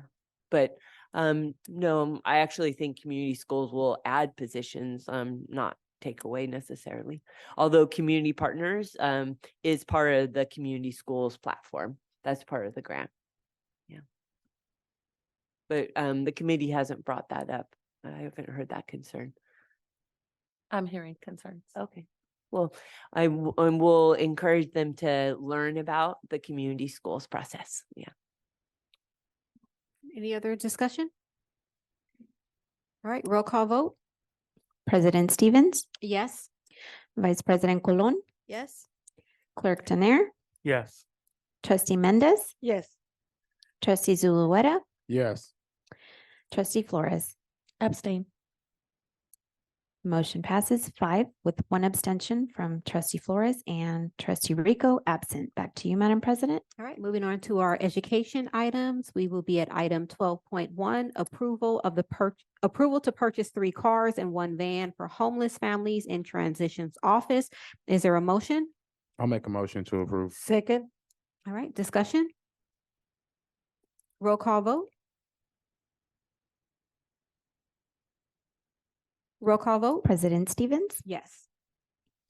Vice President Colon, Yes. Clerk Tener, Yes. Trustee Mendez, Yes. Trustee Zulueta, Yes. Trustee Flores. Yes. Motion passes 6-0 with Trustee Rico absent. Item 12.2, approval of service agreement with the University of the Pacific for the Pacific Summer High School Institute's pre-college summer programs. Is there a motion on the floor? I'll make a motion to approve. Second. All right. Is there someone here who can discuss this program? All right. We have Ms. Pranitis coming up.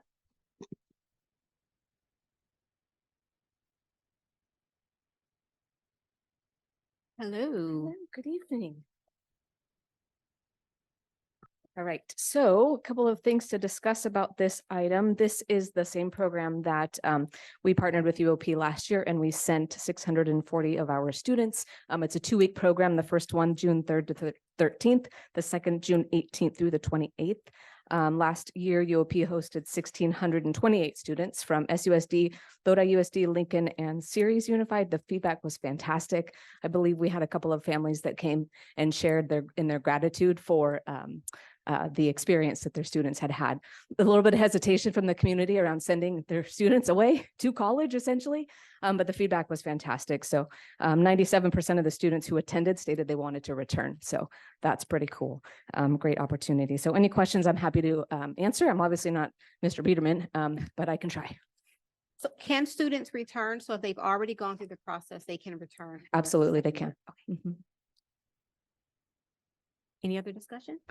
No, can you let us know next time that they're there so we can all come in and maybe visit and say hi and continue the encouragement? Absolutely. And the field trip is amazing. Like, it is so cool to walk through those halls and their, what do you call it? The residence halls and the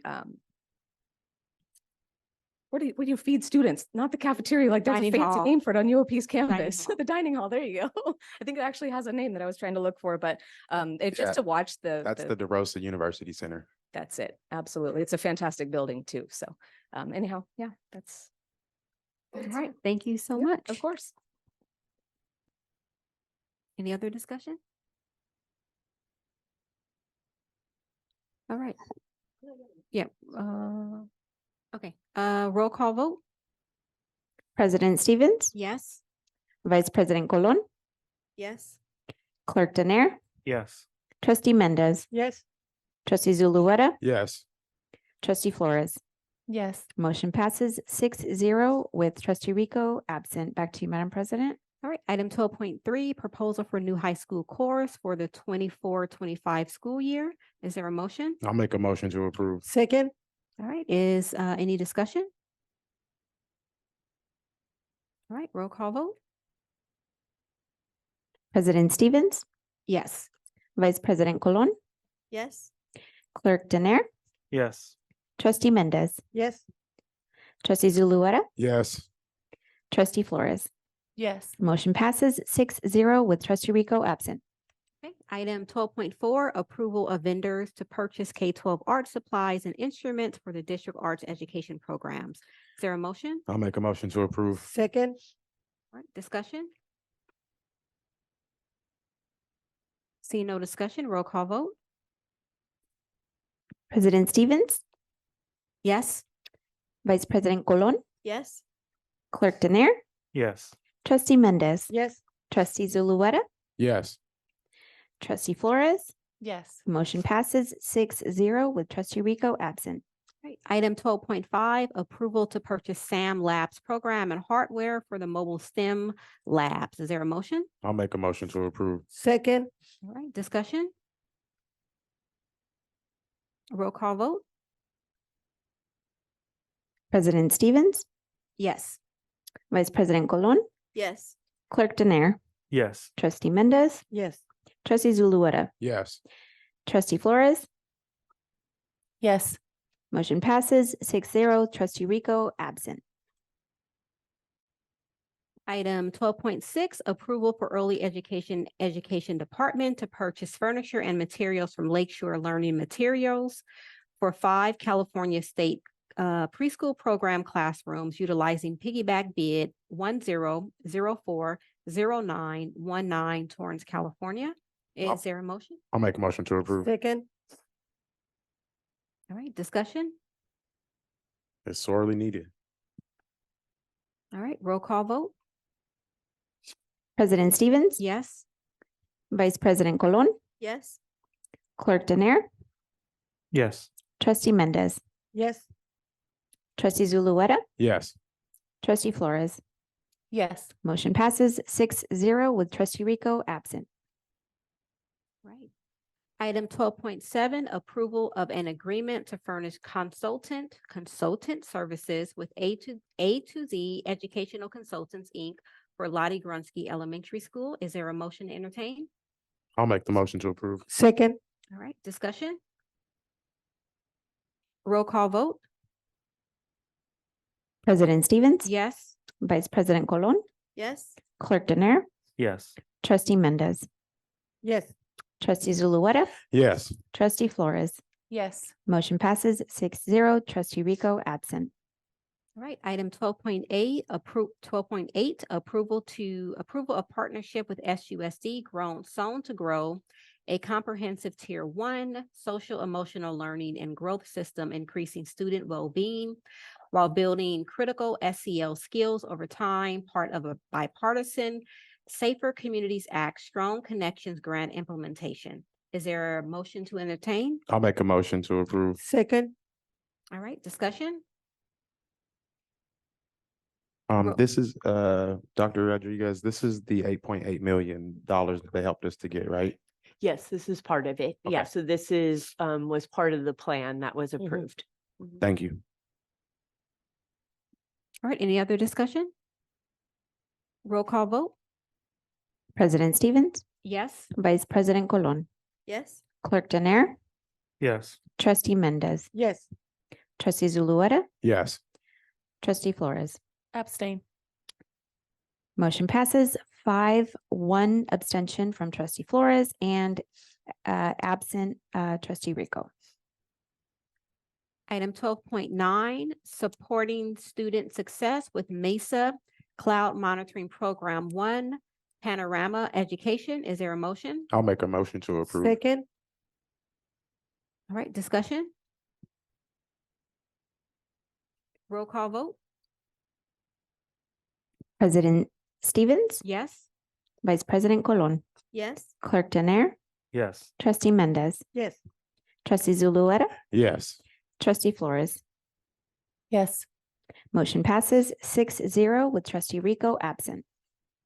All right, item 12.10, approval partnership of Panorama Education to provide elevate student voice through Panorama student, parent, and staff surveys, check-ins, and professional development. Is there a motion? I'll make a motion to approve. Second, Discussion? So I did ask about this when just in checking with the superintendent, who's the we? So how do we get the survey out there? So as, thank you for putting that publicly. So our illustrious Dr. Murphy will be supporting not only making sure that our student, staff, and parents have access to it. Obviously, our principals will be key messengers in that, but he will be the one that will be helping us to disaggregate the data and really look at the data. I think the benefit of this is very similar to what Trustee Flores was trying to do a couple of months ago, is how do we get anonymous but ongoing feedback about key topics so that we know how we're making improvements across the board, and making sure that we allow students, staff, and families to have access. So I didn't use Panorama, I used Youth Truth, but just to give an example, I had 20,000 students and generally had about 16,000 responses by the time that I left being superintendent at PV. And so this will allow our families, staff, and students to know that they have an ongoing voice in multiple areas, from academic rigor to safety, and it will be all students, 3rd through 12th grade. So it's a little bit different than Healthy Kids Survey, which is only certain grades and certain years. So we're looking forward to using it. And again, we are using non-general funds in order to be able to do the survey. And then just a follow-up, how often will the survey soar? Will this be yearly, every quarter? How often will we get the feedback? And then what is the method in which we will communicate the data back to the families, students, and community? So we'll do the comprehensive survey once a year. Generally, my past practice has been to develop one-sheeters so that people see the trends and patterns in data, and then also next steps off of that data. The Panorama is unique, and we like it because it actually has small check-ins that you can do along the year. So you can have small check-ins on particular topics. So let's say that we wanted to do a check-in on safety, we could do multiple check-ins over the year that are just range from a few questions. And so it has, Panorama has a little bit more flexibility for us. I do have one more question. So we have lots of languages in our district. So how do we get the surveys out to our families in multiple languages as well? So it's any Google translatable or language. And so there are some languages like Mixteco Bajo that I had in my past district that's only a oral language. And so in those cases, like, we would have our Family Resource Center support us. We also were the first school district for Youth Truth to do a paper survey. And so we will do something similar here because we do have some families that aren't going to be able to have access electronically. And so we will have supports not only for various languages, but also for parents who don't have the technology or the just the skill aptitude to be maneuvering it on a system. But you may have known, sorry, just real quick, you may have seen that we are starting to do links through text. So like today you received a text with a link to my Ask Dr. Rodriguez FAQs. That's how we'll also be sending out this survey. So they don't actually have to go get to it. They will be sent it and they only have to click a link and then they can do it right there on their phone. All right, any other discussion? All right, roll call vote. President Stevens? Yes. Vice President Colon? Yes. Clerk Denier? Yes. Trustee Mendez? Yes. Trustee Zulueta? Yes. Trustee Flores? Yes. Motion passes 6-0 with Trustee Rico absent. All right, moving on to our human resources topics, 13.1, ratification of the tentative reopener agreement between Stockton Unified School District and the California Employees Association and its Chapter 318, and approval of the required financial public disclosure forms that assess the financial impact of the tentative agreement. Is there a motion? I'll make a motion to approve. Second. All right, discussion? Seeing no discussion, roll call vote. President Stevens? Yes. Vice President Colon? Yes. Clerk Denier? Yes. Trustee Mendez? Yes. Trustee Zulueta? Yes. Trustee Flores? Yes. Motion passes 6-0 with Trustee Rico absent. Item 13.2, ratification of tentative successor agreement between Stockton Unified School District and the Stockton Supervisory Unit, SUSU, and approval of the required financial public disclosure forms that assess the financial impact of the tentative agreement. Is there a motion on the floor? I'll make a motion to approve. Second. All right, any discussion? Roll call vote. President Stevens? Yes. Vice President Colon? Yes. Clerk Denier? Yes. Trustee Mendez? Yes. Trustee Zulueta? Yes. Trustee Flores? Yes. Motion passes 6-0 with Trustee Rico absent. All right, moving on to our business and finance portion, 14.1. First interim financial report for 2023-24 school year. Is there a motion? Or you want to do your discussion? Make a motion? Wait, just hold it. Let her do the report first. Go ahead. I'm sorry. Sorry.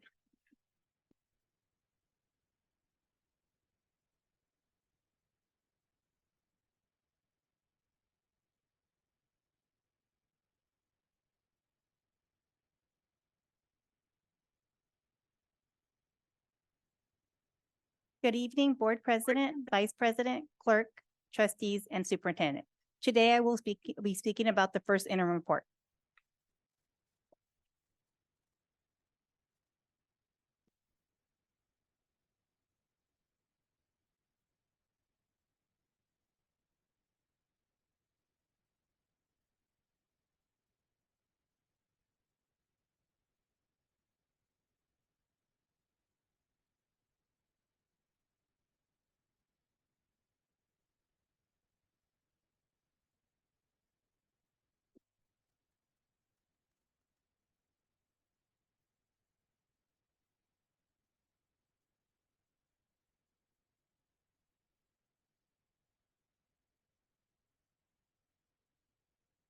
Promise this was working earlier, sorry. So we'll work with them.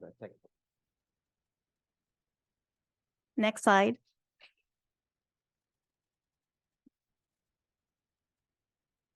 Next slide, Yvette.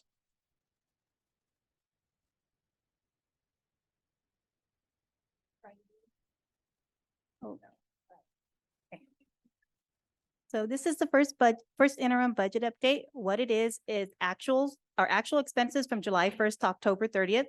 It's an assumption from what is going to be budgeted for November 1st to June 30th based on information that we're receiving from CDE, COE, from the state, from LOA.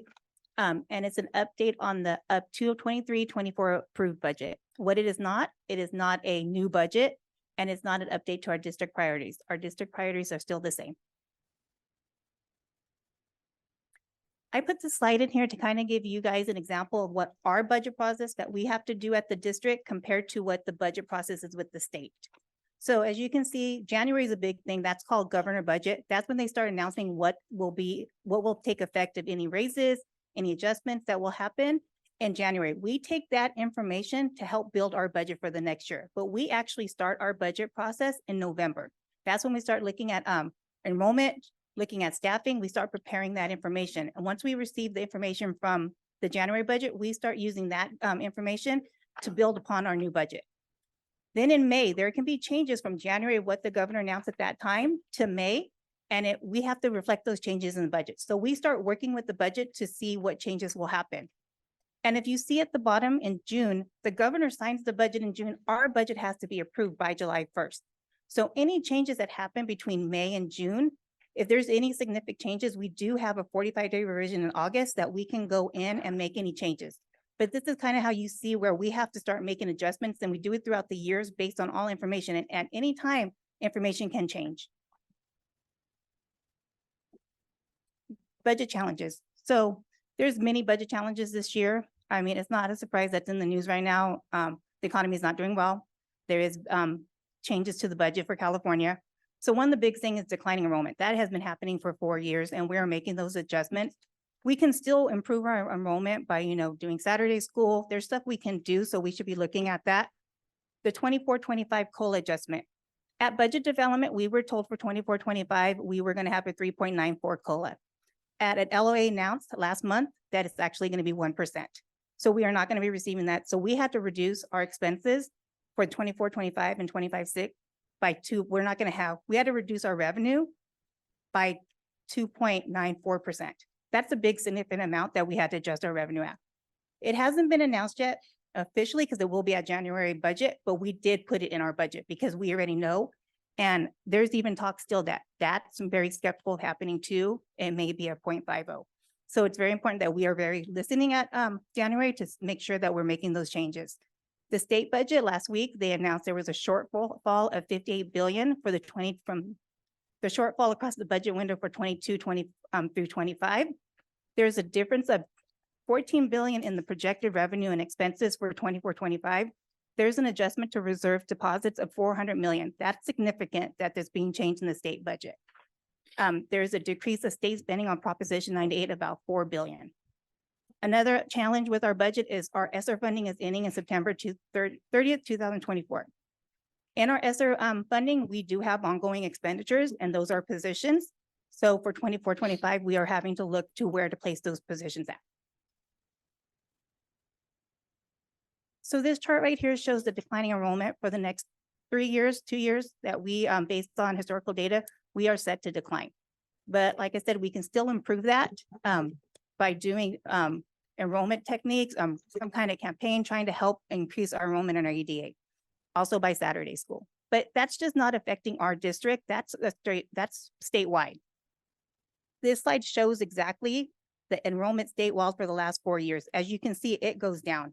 And that's people leaving California, birthing rates, that's just not happening. We're not getting students. So it's not something that's just affecting our district. It's affecting districts all across California. A multi-year projection for general fund. Our beginning balance for 23-24 was 173 million. That was after we closed unaudited actuals. That's what we ended with. Our revenue for this year is about 490. As you can see for 24, 25 and 25, 26, you can see that decrease. It's about $20 million we're gonna hit by that reduction in COLA. Our expenditures are 403. And then, so after we do our expenditures that are within our district, within general fund, we have a excess of 86 million. That's before we do any of our contributions. Our contributions right now are 85 million. That is to special ed, to other programs in district that we contribute to on the restricted side. Other financing source. So this right here is one of it is we pay COD every year $1 million to pay off. It used to be 500,000, but we had to increase that because we were not going to make the payment at the end like a balloon payment. So we had to increase that to $1 million. The other part in this other financing source is our Fund 17. So what Fund 17 is, there was a resolution that was passed in 2022. And where we have to hold 7% of our expenditures in a Fund 17. So this is where you'll see the transfer every year. It will go up and down and it will fluctuate because sometimes we will be taking money out of Fund 17 and putting back into Fund 1 because that is based off our expenditures on restricted and unrestricted side. So you can see this year we have to put 24 million in there, but the next year we only put 11. It's because our expenditures are fluctuating. And in 24-25, we're not going to have ESSER. ESSER was 150 million that we have. That's why you see so much being put in this year, but it fluctuates back and forth. And what Fund 17 do is to hold our reserves. And so then what you see at this year, we are going to decrease the fund balance by 23, but that is because of that Fund 17 transfer. In 24-25, you're going to see us actually increase our fund balance by 6 million. And that's because we don't have as many expenses and we're pulling money back out of Fund 17 back into general fund. 25-26, you do see 8 million. We are taking a hit on that, but we still have a time to make changes. That is due to the reduction in COLA and our enrollment and our ADA. So we still have time to make changes. We still have time to look at positions, seeing if they're correctly being in the right funding sources. As long as we're not doing supplanting, we can move those positions to different grants. So we have to make sure our expenses are in the right places and being paid out of the right grants. So by June 30th, our fund balance will be 150 million.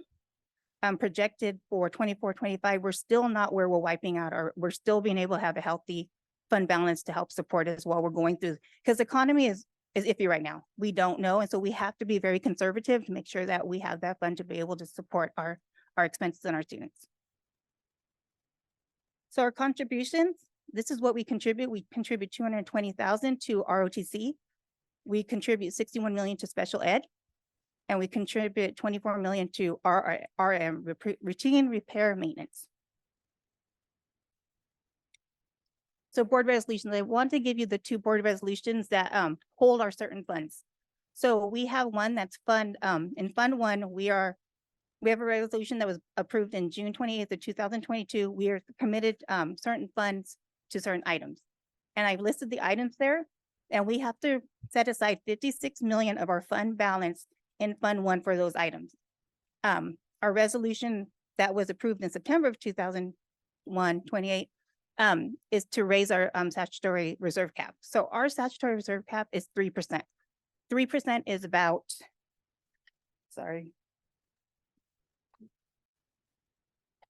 it's about 28.7 million.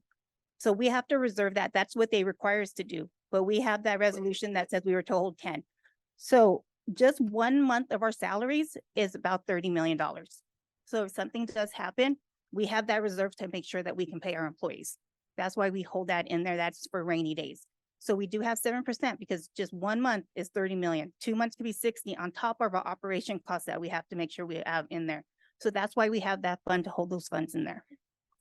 And if I can just make a note, that is one-time funding. Mhm. So it's not ongoing funding. So it's like a bank account. So once you spend it, then it's gone. And so you have to be very cautious when you're doing ongoing increases because that money does not continue to come in. It's there and then it will go away once you use it. So it's like your savings, you use it when there's an emergency. And that's why we have to have this, because just alone on our salaries for 1 month, we want to make sure that we pay our employees, that we have that money set aside. So changes since adopted budget, there was a decrease of $2 million in certificated salary. That is a lot of the cleanup that we did with position control. So all positions that are filled and vacant that are valid are budgeted into this in our budget right now. HR worked really hard on cleaning up those positions, and we're still reconciling that, and hopefully to have that done in a couple more months. So this can change a little bit because we're still looking at that items. Classified salaries went up by 1.7. That is due to some settlements that we had, and then also some changes that we had to make on some positions. Benefits, 39, that's just it. We're balancing it out because things can change. People can make changes in health and welfare when they have that. So we're budgeting that in there. Supplies and material, that's just a little adjustment. Services, that is for PD, consulting services, items as, I think there was some licensing on it. That's why it went up to $1.9 million. Capital outlay, that is for TK, that we're doing some improvement for the TK program. So I put this slide on here and I like it because I take a dollar to kind of represent a dollar and how it cuts out the different expenses. So just with our salaries alone with benefit, it takes about 90% of your dollar. So it gives you a representation. If we had $1, what the cost would affect the district. So 90% is going to salaries, and then the rest is going to books and supplies and services. And we have a little portion of 0.65 that goes to capital outlay. So these are the different. Just so that the public knows, can you just go over, especially on the services, because it's always an area in which people look at about how that is higher than usual because of the ESSER funding and the work that we're doing behind ESSER. So this is all the services that we're providing with ESSER too. So our PD, any consulting that we have helping with this, that is why that expense is going. We're trying to spend that money down. So that is why that is increasing. And also, I forgot to mention this is utilities. Utilities keeps going up. There's changes, all the, inflation, that's also causing us to increase the services. So, at second interim, what we'll do to help you all is we can do a symbolic projection of what it will look like once we don't have ESSER, so that you'll see that a much greater proportion actually is dedicated towards salary and benefits for staff. Because usually that number is much higher, and every school district is going through this right now as they're buying products, right? Then their services is going up, and also supplies is going up with ESSER funding and the expiration of ESSER. Yeah. So these are the certification types: positive, qualify, and negative. We are asking the district, we are asking the board to approve us as a positive certification because we are going to be able to meet obligation in all 3 years out. Thank you. Ms. Morris, are you the one who puts together the plan? So when we talk about declining enrollment, is that you all or someone else? And if whoever the team is, how soon can we have a plan in place where we are looking at Saturday school to recoup some of the funding? That's actually student services. So Dr. Ramirez and Dr. Rodriguez have been working on that. Okay. Yeah. So our new director of admissions has already started that process. So we plan on having 2 Saturday schools at each school by the end of this year. We will increase it next year. We're trying to get our muscles back to working. I guess the district used to do monthly Saturday school. We eventually will get close to that, but we need to get our muscles back to working. We haven't done Saturday school for many years, and so we need to get kind of the process back. And so we're going to be starting with a small pilot. So we decided doing all 55 schools at one time was probably a little bit much right now. And so we're starting with a pilot of schools. But the goal is to use Saturday school to definitely support our ADA. And it is something that I really feel confident, because even most urban school districts are about 4 to 5% higher than us right now. And so I feel like we can get it up, which will be ongoing funding that we can count on. Thank you. So if we're looking at 2 schools for, just say 2 schools for Saturday school, what does that net us? How much will we recoup from those 2 Saturday schools? It's going to depend on how many students they can recruit. Okay. So, and generally, because it's the right thing to do, we allow all students from that school site to be there. So let's say that 30% of those students have perfect attendance. We're still allowing them to come, but when they come, we get no benefit from it. But the 70% that do need it, we would get basically their day worth of ADA. And so the more students we can get, then the more money that would afford us. Yeah. Madam And President. we're doing 5 schools, 4 schools, and 1 high school to start with. Madam President. Oh, okay. Again, 4. 4 K-8s and 1 high school is going to be our first pilot. That was my question. How many? Thank you. Did you answer already? Thank you.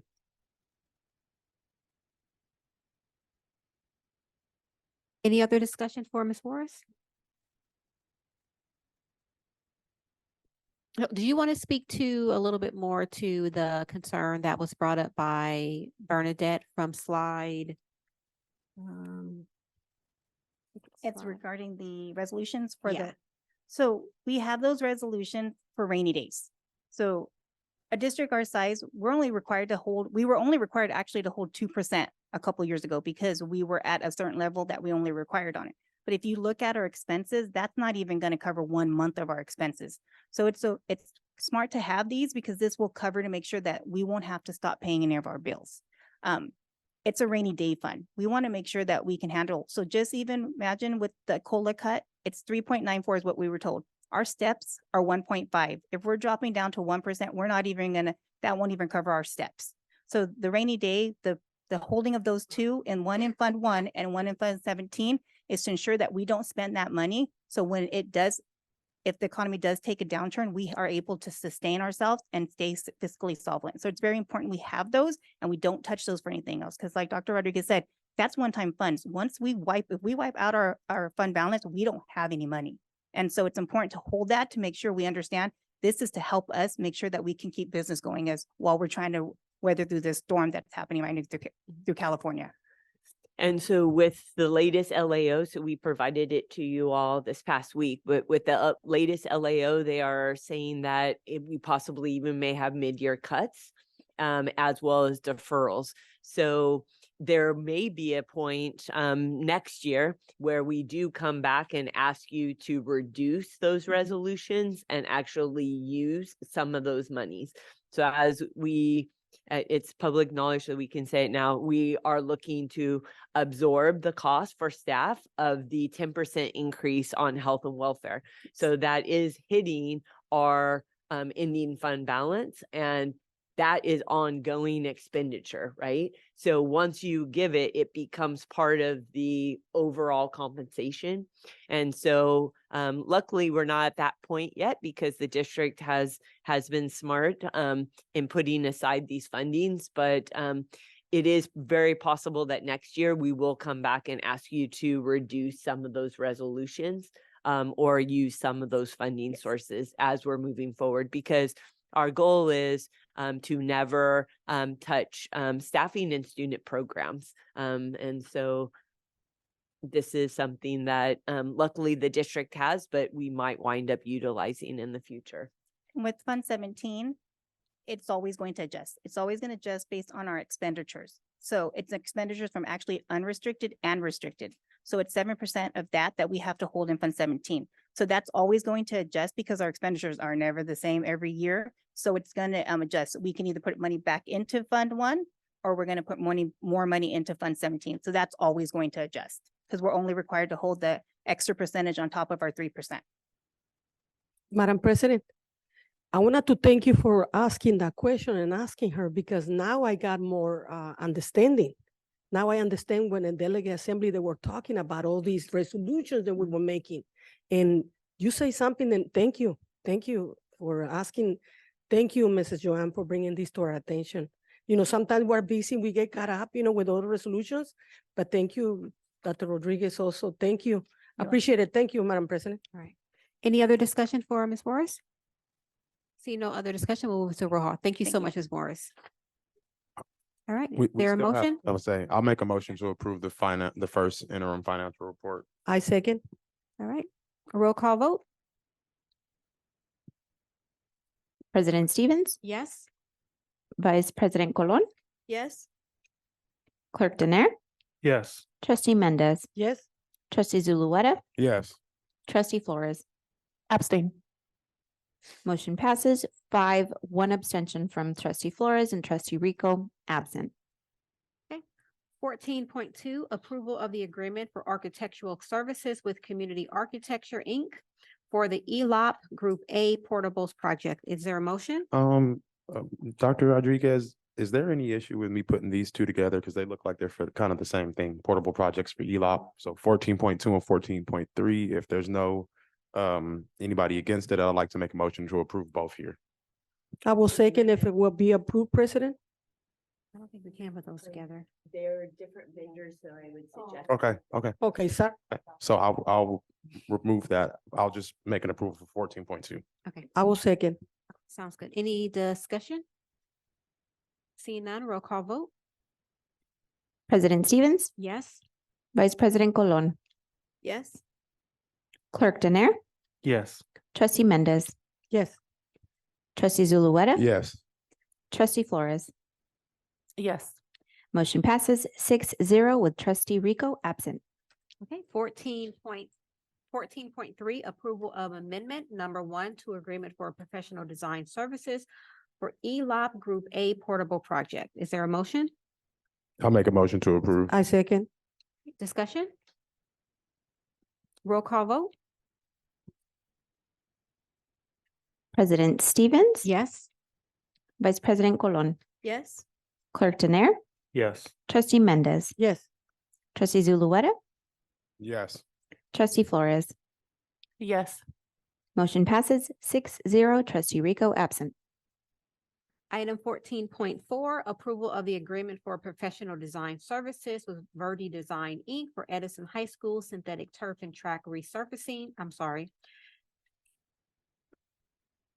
Turf and track surfacing replacement project. Is there a motion? I'll make a motion to approve. Second.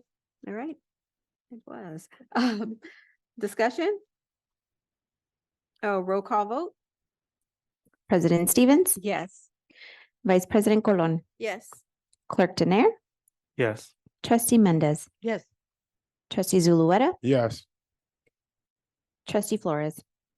Yes. Motion passes 6-0 with Trustee Rico absent.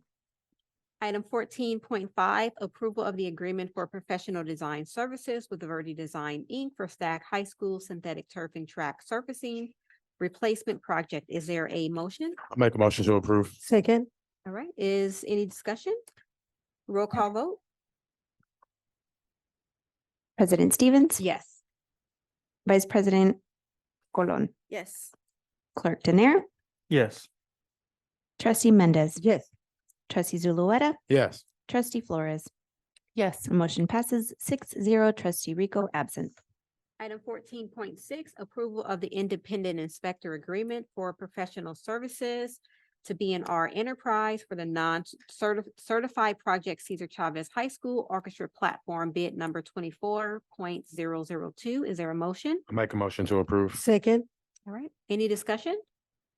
Roll call vote? President Stevens, Yes. Vice President Colon, Yes. Clerk Denier, Yes. Trustee Mendez, Yes. Trustee Zulueta, Yes. Trustee Flores. Yes. Motion passes 6-0 with Trustee Rico absent. Item 14.7, approval of the independent inspector agreement for professional services to A+ Inspection Services, Inc. for the Cesar Chavez High School Athletic Facilities Improvement bid number 24.014. Is there a motion? I'll make a motion to approve. Second. All right, any discussion? Roll call vote? President Stevens, Yes. Vice President Colon, Yes. Trustee Denier, Yes. Trustee Mendez, Yes. Trustee Zulueta, Yes. Trustee Flores. Yes. Motion passes 6-0 with Trustee Rico absent. All right, we're almost home, folks. Item 14.8, approval of amendment number 8 to agreement of the Architectural Services Agreement to Community Architecture, Inc. for the Facilities and Planning Department, Tyler Elementary School alteration project. Is there a motion? I'll make a motion to approve. Second. All right, discussion? Roll call vote? President Stevens, Yes. Vice President Colon, Yes. Clerk Denier, Yes. Trustee Mendez, Yes. Trustee Zulueta, Yes. Trustee Flores. Yes. Motion passes 6-0 with Trustee Rico absent. Item 14.9, approval of amendment number 1 to the agreement of architectural design services with community architecture for the Stack High School Livestock Facility Project. Is there a motion? I'll make a motion to approve. Second. All right, discussion? Roll call vote? President Stevens, Yes. Vice President Colon, Yes. Clerk Denier, Yes. Trustee Mendez, Yes. Trustee Zulueta, Yes. Trustee Flores. Yes. Motion passes 6-0 with trustee Rico absent. Okay, item 15.1, student expulsion A-8. Is there a motion? Motion to approve. Second. All right, roll call vote. President Stevens, Yes. Vice President Colon, Yes.